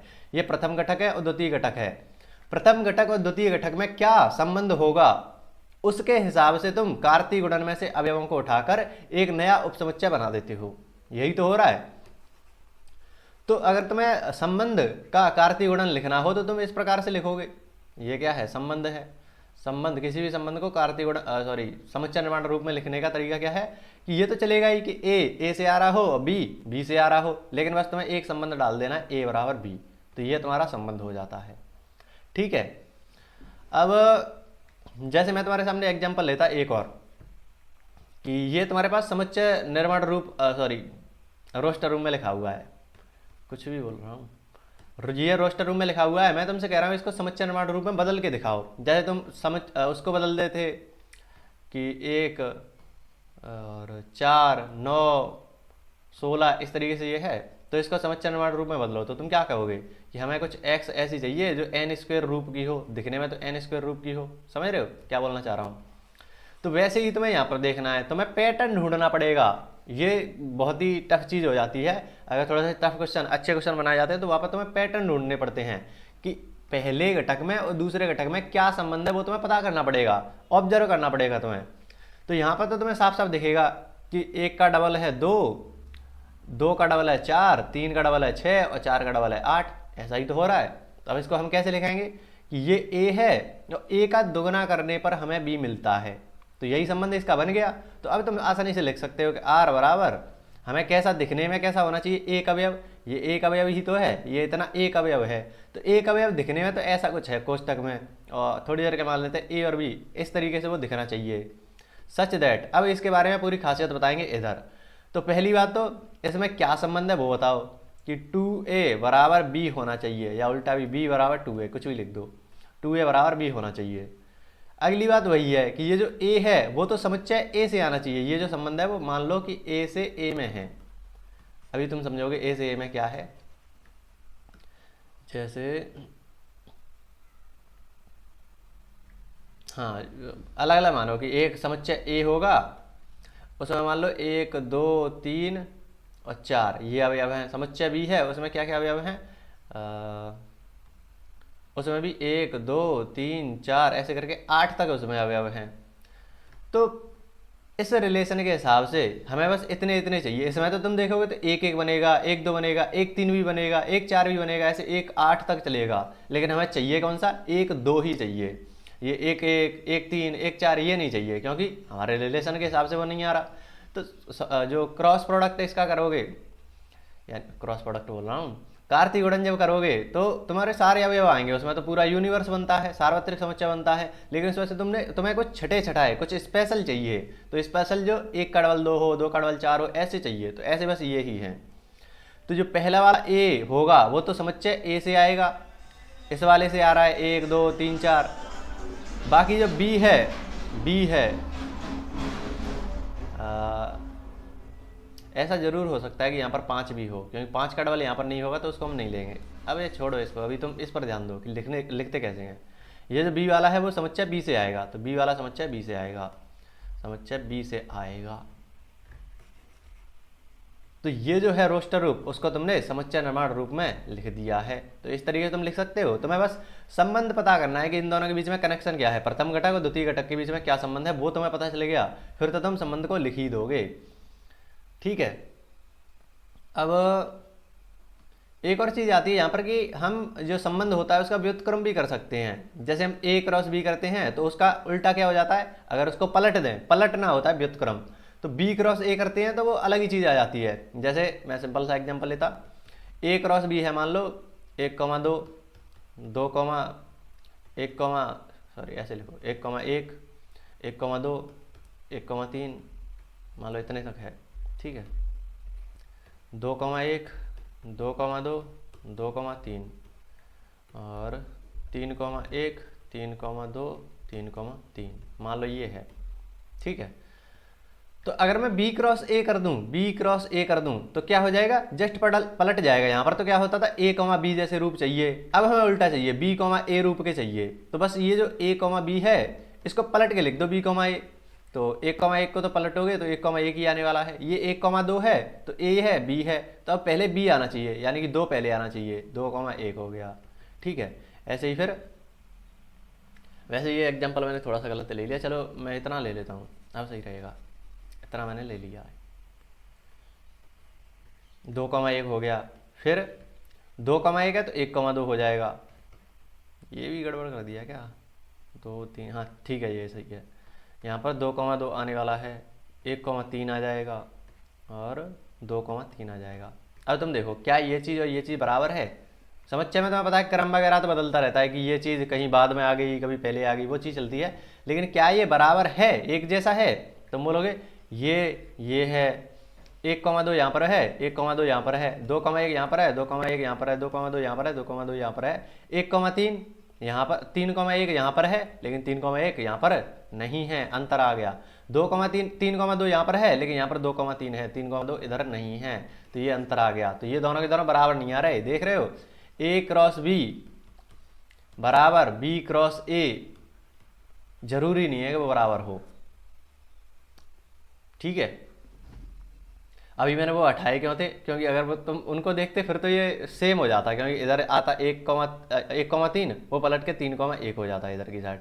कहाँ है 3,1 यहाँ पर है, तो 1,3 भी यहाँ पर होता और 1,3 भी यहाँ पर होता, तो तब बराबर हो जाता, लेकिन अभी बराबर नहीं है। तो जरूरी नहीं है कि ए क्रॉस बी और बी क्रॉस ए बराबर हो। ये बात समझ में आई। अब हमें पता है कि यहीं से तो हम आर निकालते हैं, तो आर में भी क्या आता है, ए कमा बी जैसे ही चलते हैं। तो अगर मैं आर का इन्वर्स कर दूं, आर का इन्वर्स ऐसे लिखते हैं कि आर को पलट दिया, तो आर को पलटने का मतलब आर इन्वर्स, तो वहां पर क्या आएंगे, बी कॉमा ए आएंगे।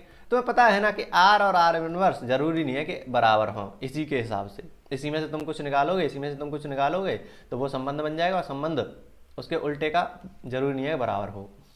अगर तुम्हें मान लो कोई संबंध दे रखा है, यही संबंध है, चलो तो इस संबंध का मुझे व्युत्क्रम निकाल के दिखाओ। कैसे निकालोगे इस चीज़ का व्युत्क्रम निकाल के दिखाओ। बहुत ही सिंपल सा सवाल पूछ रहा हूँ तुमसे, ठीक है।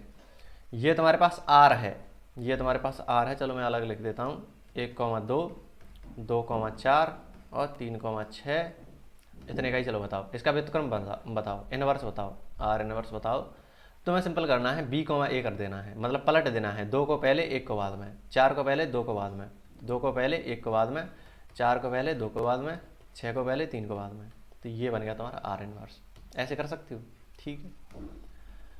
अब जैसे कुछ उदाहरण दे रखे हैं, इसको तुम देख लो कि किस तरीके से संबंध होता है। तो संबंध को लिखते तो ऐसे ही है, उसमें ऐसे अभी अब आएंगे जहाँ पर ये जो ए कॉमा बी है वो ए क्रॉस बी से बिलोंग करना चाहिए। हाँ ऐसे भी लिख सकते हो तुम कि, कहाँ गया, ये जो है ए क्रॉस बी उसी में थे, तो तुम अभी अब उठा रहे थे। तो जब हम संबंध को लिखते हैं कि ए कॉमा बी ऐसा कुछ आना चाहिए, तो तुम डायरेक्ट ऐसे भी लिख सकते हो कि ए कॉमा बी जो है पूरा का पूरा अवयव कहाँ से आ रहा है, ए क्रॉस बी से आ रहा है। ए क्रॉस बी से ही तो ये उठ के आ रहे हैं सीधा के सीधा, ए क्रॉस बी से ही तो ये सीधा के सीधे उठ के आ रहे हैं यहाँ पर। जैसे समझो 0,0 तुमने यहाँ पर लिया, 1,1 लिया, 2,2 लिया, और 3,3 कहाँ पर है, 3,3 ये तुमने उठाए। तो ये ए कॉमा बी ऐसे ही तो दिख रहे हैं। तो ये जो अवयव हैं जो तुमने यहाँ पर लिखे हुए हैं वो कहाँ से बिलोंग कर रहे हैं, ये आ तो ए क्रॉस बी से ही आ रहे हैं। यहाँ पर जो हैं वो आ तो ए क्रॉस बी से ही आ रहे हैं, तो ए क्रॉस बी से ये बिलोंग कर रहे हैं। थोड़ा सा समझ में आया हो ठीक है, नहीं तो वही चीज़ यहाँ पर बोलना चाह रहा है। ए क्रॉस बी ये जो है ऐसा अवयव ए क्रॉस बी से उठाया गया है, यहाँ पर ए बी की बहन है या ए बी का भाई है। देख रहे हो संबंध बता दिया तुमने, प्रथम घटक और द्वितीय घटक में कुछ संबंध बताया जाएगा ही। जैसे यहाँ पर बताया गया ए की आयु बी की आयु से अधिक है, या तो तुम ऐसे लिख दो। चलो मैं इसको यहाँ पर लिख देता हूँ, कहाँ पर लिखा था मैंने, यहीं पर मैंने लिखा था, चलो मैं इसको उठा देता हूँ। तो समुच्चय निर्माण रूप में लिखने के दो तरीके यहाँ पर हमारे पास आ चुके हैं। वैसे तो उनमें कुछ अंतर है नहीं, लेकिन फिर भी एक तरीका क्या है कि तुम यहाँ पर ए कॉमा बी ऐसा कुछ लिख दो, और ये कहाँ से आ रहा होता है, ए क्रॉस बी से आ रहा होता है, कार्तीय गुणन से ही तो आ रहा होता है ये अवयव। और फिर तुम इसमें कुछ कनेक्शन बता दो कि ए जो है 2a बराबर बी, 2a बराबर बी, इतना लिख दो। ये लिखने की जरूरत नहीं है, क्योंकि ये तुमने फिर यहीं पर बता दिया कि ए और बी तो ए क्रॉस बी से आ रहे हैं। यहाँ पर ए तो आता है ए से, ए आएगा ए से और बी आएगा बी से। ये सीधा सीधा क्रम याद रखना, ठीक है। तो ये है, ऐसे ही और भी तुम एग्जाम्पल देख सकते हो। बाकी समझ में आ गया होगा तुम्हें संबंध होता क्या है, थोड़ा थोड़ा आइडिया तो तुम्हें लग गया होगा। अब अगली चीज आती है कि कोई मान लो तुम्हारे पास शुरुआत तो समुच्चय से होगी। कोई समुच्चय है तुम्हारे पास, ए कॉमा ए दे रखा है तुम्हें 1 2 3, बी दे रखा है ए बी सी, मान लो इस तरीके से दे रखा है, ए बी दे रखा है। तो अगर मुझे सबसे पहले तो समुच्चय आ गया, समुच्चय के बाद क्या आता है, कार्तीय गुणन आता है। तो कार्तीय गुणन करोगे ए क्रॉस बी, उसका मतलब क्या होता है कि तुमने ए का ए से संबंध बनाया, फिर ए का बी से बनाया। तो बेसिकली वही ग्राफ पे जो सारे पॉइंट बनाते हैं 1 2 3, इधर ए है इधर बी है, तो 1, ए एक कॉमा बी, तो वही है एक कॉमा ए एक कॉमा बी, एक कॉमा ए एक कॉमा बी। ठीक है, फिर क्या होगा, दो कॉमा ए दो कॉमा बी, दो कॉमा ए दो कॉमा बी, तीन कॉमा ए तीन कॉमा बी, वही तो चल रहा है। तो दो कॉमा ए दो कॉमा बी, तीन कॉमा ए तीन कॉमा बी। इस तरीके से तुम्हारे पास अब क्या आ गया, ये समस्या था, अब आ गया कार्तीय गुणन। कार्तीय गुणन, अब कार्तीय गुणन के बाद क्या आता है, संबंध। इसी में तो इसी का उपसमुच्चय तो होता है संबंध। तो बेसिकली वो पूछ रहा है कि संबंध कितने बनाए जा सकते हैं। अगर मैं तुमसे पूछूं कि ये तुम्हारे पास दो समुच्चय हैं, सॉरी दो समुच्चय हैं, इसमें तीन अवयव हैं, इसमें दो अवयव हैं, इन दो समुच्चयों से हम कितने संबंध बना सकते हैं। मेरा ये सवाल है तुमसे कि इन दो समुच्चयों को लेकर तुम कितने सारे संबंध बना सकते हो। तो तुम कहोगे कि सबसे पहले तुम्हें कार्तीय गुणन बनाना पड़ेगा भैया। तो तुमने कार्तीय गुणन बना दिया ये, और इसका उपसमुच्चय होता है संबंध। इसका जो उपसमुच्चय होता है संबंध। तो अगर हम संबंधों की संख्या पूछ रहे हैं, माने कि में हम इसके उपसमुच्चयों की संख्या पूछ रहे हैं। संबंधों की संख्या मतलब ए क्रॉस बी के उपसमुच्चयों की संख्या। बात एक ही है दोनों को, या तो तुम बोलोगे कुल संबंधों की संख्या बताओ या ए क्रॉस बी के उपसमुच्चयों की संख्या बताओ, क्योंकि ए क्रॉस बी जो है, इसका जो ए क्रॉस बी है, इसके उपसमुच्चय ही तो संबंध होता है। ये बात तो हमने देख रखी है। तो अब हम क्या बोलेंगे, तुम बताओ संबंधों की उपसमुच्चयों की संख्या कितनी होती है, 2 की पावर n। इसमें कितने अवयव होते हैं, मैंने तुम्हें ये चीज कराई कि नहीं, हाँ कराया तो था, कि वही चीज अगर इधर की साइड मान लो 3 अवयव हैं, इधर की साइड 2 अवयव हैं, तो कितने हो जाता है टोटल पॉइंट या टोटल क्रमित योग कितने हो जाते हैं, 6 हो जाते हैं। 3 गुणा 6 हो जाते हैं। बेसिकली ए में जितने अवयव होते हैं, बी में जितने अवयव होते हैं, उनका हम गुणा कर देते हैं, तो हमें टोटल क्रमित योग मिल जाते हैं। सारे के सारे क्रमित योग में यहाँ पर होते हैं। तो ए क्रॉस बी में अवयवों की संख्या कितनी होती है, ए क्रॉस बी में अवयवों की संख्या कितनी होती है, समुच्चय ए में अवयवों की संख्या गुणा समुच्चय बी में अवयवों की संख्या। तो यहाँ पर क्या रखना होता है कि जिस समुच्चय में तुम पूछ रहे हो, जैसे ए क्रॉस बी में तुम उपसमुच्चयों की संख्या पूछ रहे हो, तो इसमें कितने अवयव हैं, तो तुम्हें पता है ना n A cross n B, इसमें टोटल अवयव हैं। तो एन की जगह हम क्या डाल देंगे, n A into n B. ये हो जाते हैं समुच्चय कुल संबंधों की संख्या। कुल संबंधों की संख्या यहाँ पर एन ए क्या है, समुच्चय ए में कितने अवयव हैं, 3, तो 2 की पावर 3 गुणा समुच्चय बी में कितने अवयव हैं, 2, 1 2, तो यहाँ पर आ जाएगा 2, 3 दूनी 6, 2 की पावर 6 कितना होता है, 64। तो 64 संबंध बनाए जा सकते हैं इन दो समुच्चयों से लेकर। तो डायरेक्ट तुम बता पा रहे हो, तुम्हें ये कार्तीय गुणन बनाने की जरूरत नहीं है, तुम इसको बाईपास करके सीधा बता पा रहे हो कि संबंधों की संख्या कितनी होगी। अगर मैं तुम्हें दे देता हूँ दो कोई भी समुच्चय, कि ए है तुम्हारे पास 1 2 3 4 5, मान लो ये मैंने दे दिया, और बी तुम्हें दे दिया है कि x y z, ये मैंने तुम्हें दे दिया। मैं तुमसे पूछ रहा हूँ इन दोनों समुच्चयों से मिलकर कुल संबंधों की संख्या कितनी होगी। कुल संबंधों की संख्या तुमसे पूछी है, तुम क्या कहोगे कि इन दोनों के क्रॉस में कितनी अवयव होंगे। तुम कहोगे इसमें कितने हैं, 5, इसमें 3 हैं, तो 5 गुणा 3 करेंगे तो एक क्रॉस भी मिल जाएगा। 5 गुणा 3 करेंगे तो एक क्रॉस भी मिल जाएगा।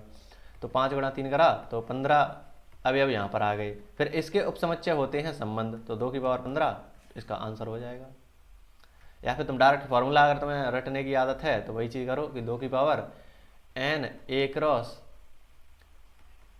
एन बी, एन ए गुणा एन बी, ऐसे करो। Number of elements in set A, समुच्चय ए में अवयवों की संख्या कितनी है, समुच्चय ए में अवयवों की संख्या 5 है भैया, गुणा समुच्चय बी में अवयवों की संख्या कितनी है, 3 है, तो 2 की पावर 15। इस तरीके से तुम्हें संबंधों की संख्या ज्ञात करनी होती है। ठीक है, अब ये जो संबंध आ रहे हैं उसको देखने का क्या तरीका है। जैसे हम हर चीज़ को, जैसे समुच्चय आया था, तो समुच्चय को हम ऐसे देख रहे थे कि दिखने में कैसा आ रहा है, दिखने में कैसा आ रहा है। तो वैसे ही अब संबंधों को कैसे देखेंगे, तो संबंधों को देखने के लिए रेखा आरेख बनाए जाते हैं, एरो डायग्राम बनाए जाते हैं। जैसे कोई तुम्हारे पास दो समुच्चय हैं, समुच्चय ए और समुच्चय बी, ऐसे अलग अलग हो सकते हैं। यहाँ पर उसने ए ही दे रखा है, केवल एक समुच्चय दे रखा है, तो हमें दोनों तरफ ए ही लेना पड़ेगा, बाकी अलग अलग हो सकते हैं। ए में क्या अवयव है, 1 2 3 4 5 6, इधर भी वही हो जाएंगे, 1 2 3 4 5 6। अब समझो, तो इसने एक संबंध दे रखा है कि एक्स वाई जैसे तो अवयव आने चाहिए, जहां पर जो बाई है, ये जो बाई है वो एक्स से एक बड़ा होना चाहिए। ऐसे पढ़ा करो इसको कि जो बाई है वो एक्स से एक बड़ा होना चाहिए। तो अगर मैं यहाँ पर एक्स डाल रहा हूँ एक, अगर मैं यहाँ पर एक्स डाल रहा हूँ एक, तो बाई कितना आएगा, एक्स मैंने डाला एक तो बाई कितना आएगा टोटल, 1 + 1 2 आ जाएगा। समझ रहे हो। तो आर को अगर मैं रोस्टर रूप में लिखूँ, ये तो समुच्चय निर्माण रूप में है, अगर रोस्टर रूप में लिखता हूँ तो एक अगर मैंने डाला तो बाई आएगा 2, ये एक्स है ये बाई है, तो एक्स अगर मैंने एक डाला तो बाई आएगा 2, क्योंकि एक बढ़ के आ रहा है इसके हिसाब से, एक्स एक डाला, समझ गए होगे तुम। अब मैंने 2 डाला, यहाँ से 2 डालूंगा, 3 डालूंगा, 4 डालूंगा, 5 डालूंगा, ऐसे डालता जाऊंगा, तो 6 डालूंगा फिर, तो ऐसे मैंने डाला 2 3 आ जाएगा, 3 4 आ जाएगा, एक बढ़ के आना है, 4 5 आ जाएगा, 5 6 आ जाएगा, 6 7 आ जाएगा। इसी तरीके से तुम बोलोगे। अब तुम देखो, ये जो है, ये जो x, y ऐसा कुछ है, उसमें पहला जो अवयव आता है वो तो समुच्चय ए से आता है, दूसरा भी यहाँ पर तो समुच्चय ए से ही आ रहा है। यहाँ पर देखो ये समुच्चय ए में है, ये भी समुच्चय ए में होना चाहिए, लेकिन तुम बोलोगे 7 तो है ही नहीं, तो इस वाले को हमें हटाना पड़ेगा क्योंकि ये तो है ही नहीं हमारे में, हमारा जो वो है संबंध है वो यहाँ पर आके रुक गया। अब ये संबंध आया है, उसको दिखने में कैसा है, देखने में बताओ, देखने में हमें आसानी से समझ में आ जाता है भैया। तो अब देखने में कैसे तुम देखोगे इसको कि ए का संबंध किससे है, ए का संबंध 2 से है ना, तो ए का संबंध 2 से बना दिया, 2 का संबंध 3 से है तो 2 का संबंध 3 से, 3 का 4 से, 4 का 5 से, 5 का 6 से। फिर देख रहे हो 6 का 7 से तुम बना नहीं पा रहे थे, अभी तुम 6 7 यहाँ पर रखा था, तो वैसा संभव नहीं है, तो 6 का 7 से बन ही नहीं पाएगा। तो इस तरीके से तुमने सारी चीज़ें दिखा दी। यहाँ पर इधर 6 रह गया है, इधर 1 रह गया है, वो तो रहना ही है। तो इस तरीके ये होता है एरो डायग्राम, इसे तुम देखकर बता सकते हो। अब तुम इस चीज़ को देखो और ये जो लिखा हुआ है, इतना कुछ लिखा हुआ है, या ये जो चीज़ लिखी हुई है उसको देखो, किससे आसानी से समझ में आ रहा है। यहाँ पर तुम्हें साफ साफ दिख रहा है 1 का डबल 2, 2 का डबल 2, 1 से ज़्यादा 2, और 2 में 1 जोड़ोगे 3, 3 में 1 जोड़ोगे 4, 4 में 1 जोड़ोगे 5, 5 में जोड़ोगे 6, इसी तरीके से हो रहा है। तो वही चीज़ है। अब इसी में कुछ और कंसेप्ट आने लग गए, जैसे मैं वही डायग्राम फिर से बना लेता हूँ। बस यही है तुम्हारे संबंध में। अब फिर क्लास 12th का कंटेंट चालू हो जाएगा। 1 2 3 4 5 6, 1 2 3 4 5 6, ठीक है। तो हो क्या रहा था, 1 का संबंध आ रहा था 2 से, 2 का आ रहा था 3 से, 3 का आ रहा 4 से, 4 का आ रहा था 5 से, 5 का आ रहा था 6 से। थोड़ी देर के लिए इसको ए मान लो, थोड़ी देर के लिए इसको बी मान लो। वैसे तो ए और बी सेम ही है, इसको ए ही लिखना है, लेकिन मैं थोड़ा समझाने के लिए बी लिख दे रहा हूँ, ठीक है। इसको तुम बढ़ा भी सकते हो, मान लो हम अलग ही कर दें, इसको बी अलग कर दें, तो 5 6 7 और ठीक है, मैं यहाँ पर कर दे रहा हूँ 7 8 9, इस तरीके से मैं कर दे रहा हूँ। तो 6 का संबंध किससे हो जाएगा, 7 से हो जाएगा, ठीक है। अब 2-3 चीज़ें आती हैं कि ये जो संबंध था, ये संबंध को मैं दर्शा रहा हूँ, यहाँ पर कोई संबंध है, ठीक है, उस संबंध का तुम्हें प्रांत बताना है। प्रांत क्या होता है, जो जो अवयव तुमने डाले हैं यहाँ से तुम्हें इतने, हाँ ठीक है, इस समय तुमने क्या क्या डाला है, क्या क्या डाला है वो तुम्हें बताना होता है, समुच्चय प्रांत होता है वो चीज़। या पिछले वाले एग्जाम्पल को ही ले, उसी से तुम्हें अच्छे से समझ में आएगा ये चीज़। ये चीज़ समझो, तुम समुच्चय ए में से क्या क्या डाल पा रहे हो, तुम 1 2 3 4 5 तक डाल पा रहे हो, और तो कुछ नहीं डाल पा रहे। तो ये जो तुम डाल पाते हो उसको कहते हैं डोमेन। डोमेन, डोमेन से बाहर हो गई चीज़, इसका मतलब तुम उसमें डाल नहीं सकते वो चीज़, ऐसे बोलते हैं इसको, डोमेन यानी कि प्रांत। और ये किस किस से कनेक्शन बना रहा है, किस किस से कनेक्शन बना रहा है, 2 से लेकर 6 तक ये कनेक्शन बना रहा है, 1 से कनेक्शन नहीं बना रहा। तो जिस जिस से ये कनेक्शन बना रहा है, जिस जिस से ये संबंध बना रहा है, उसको कहते हैं परिसर। परिसर यानी कि रेंज, ठीक है। और जो समुच्चय बी होता है पूरा का पूरा, उसको कहते हैं कोडोमेन। कोडोमेन, डोमेन का साथ ही कोडोमेन, यानी कि सह प्रांत, सह प्रांत। ठीक है, तो जो समुच्चय बी होता है वो तो पूरा का पूरा, इसमें ए भी आ जाएगा। अगर मैं तुम्हें यही इसी चीज को लिख के दिखाऊंगी, प्रांत क्या है, प्रांत में क्या क्या चीजें आ जाएंगी, 1 2 3 4 5, ये इतना आ जाएगा, 6 नहीं आएगा। देख रहे हो, प्रांत भी एक समुच्चय ही है, कुछ और नहीं है, अलग से कुछ नहीं है। परिसर बताओ, परिसर क्या हो जाएगा, 2 3 4 5 6, ये परिसर हो जाएगा। कोडोमेन सह प्रांत क्या हो जाएगा, बी पूरा पूरा लिख देना है, 1 2 3 4 5 6, ये पूरा पूरा लिख दिया, ये होता है सह प्रांत। तो बस इतना ही है इस पूरे टॉपिक में। थोड़ा सा तुम और ट्राई करोगे ये डोमेन, कोडोमेन और रेंज को थोड़ा सा और समझना। बाकी ये फलन में तो बहुत ज़्यादा काम आता है, ये जो प्रांत सह प्रांत परिसर है वो बहुत ज़्यादा काम आता है। इसी पर ज़्यादातर क्वेश्चन टिके रहते हैं कि डोमेन निकालो, रेंज निकालो, डोमेन रेंज के क्वेश्चन बहुत आते हैं। तो ये है पूरा का पूरा संबंध, भी मैंने रिवाइज करा दिया है क्लास 11th का। क्लास 11th का संबंध हो गया, समुच्चय क्लास 11th का हो गया। अब क्लास 12th के संबंध की बारी है। नेक्स्ट लेक्चर में हम वहाँ से स्टार्ट करेंगे, और जितने भी तुम्हारे उदाहरण होंगे, जितने भी एग्जाम्पल्स प्रश्नावली के हैं, सॉरी प्रश्नावली के जितने भी प्रश्न हैं वो सारे मैं यहाँ पर कराऊंगा। और संबंध खत्म करने के बाद, प्रश्नावली के सारे प्रश्न खत्म कर लेंगे, उसके बाद फिर मैं फलन को स्टार्ट करूँगा। और फलन का भी ऐसे ही एक लेक्चर में या उससे मतलब थोड़ा सा तो मैं पहले रिवाइज कराऊंगा, क्लास 11th का कंप्लीट रिवीजन होगा, उसके बाद हम क्लास 12th का स्टार्ट करेंगे, वही क्रम रहने वाला है। ठीक है, तो ये है पूरा का पूरा। बाकी जितने तुम्हारे दोस्त वगैरह हैं उन तक पहुंचा देना इस वीडियो को। बाकी ऑफलाइन जो ज्वाइन करना चाहता है वो मैं बता देता हूँ। ऑफलाइन राजस्थान में पढ़ाता हूँ, धौलपुर में, धौलपुर के मनिया क्षेत्र में पढ़ाता हूँ। तो मनिया के जो आसपास के लोग हैं जो ज्वाइन करना चाहते हैं, क्लास 10th का अगर कोई हो, क्लास 11th 12th तीनों क्लासेस चलती हैं मैथ की, तो वो ज्वाइन कर सकते हैं। कांटेक्ट कर लेना मेरे को, डिस्क्रिप्शन में तुम्हारा नंबर मिल जाएगा 9549893347।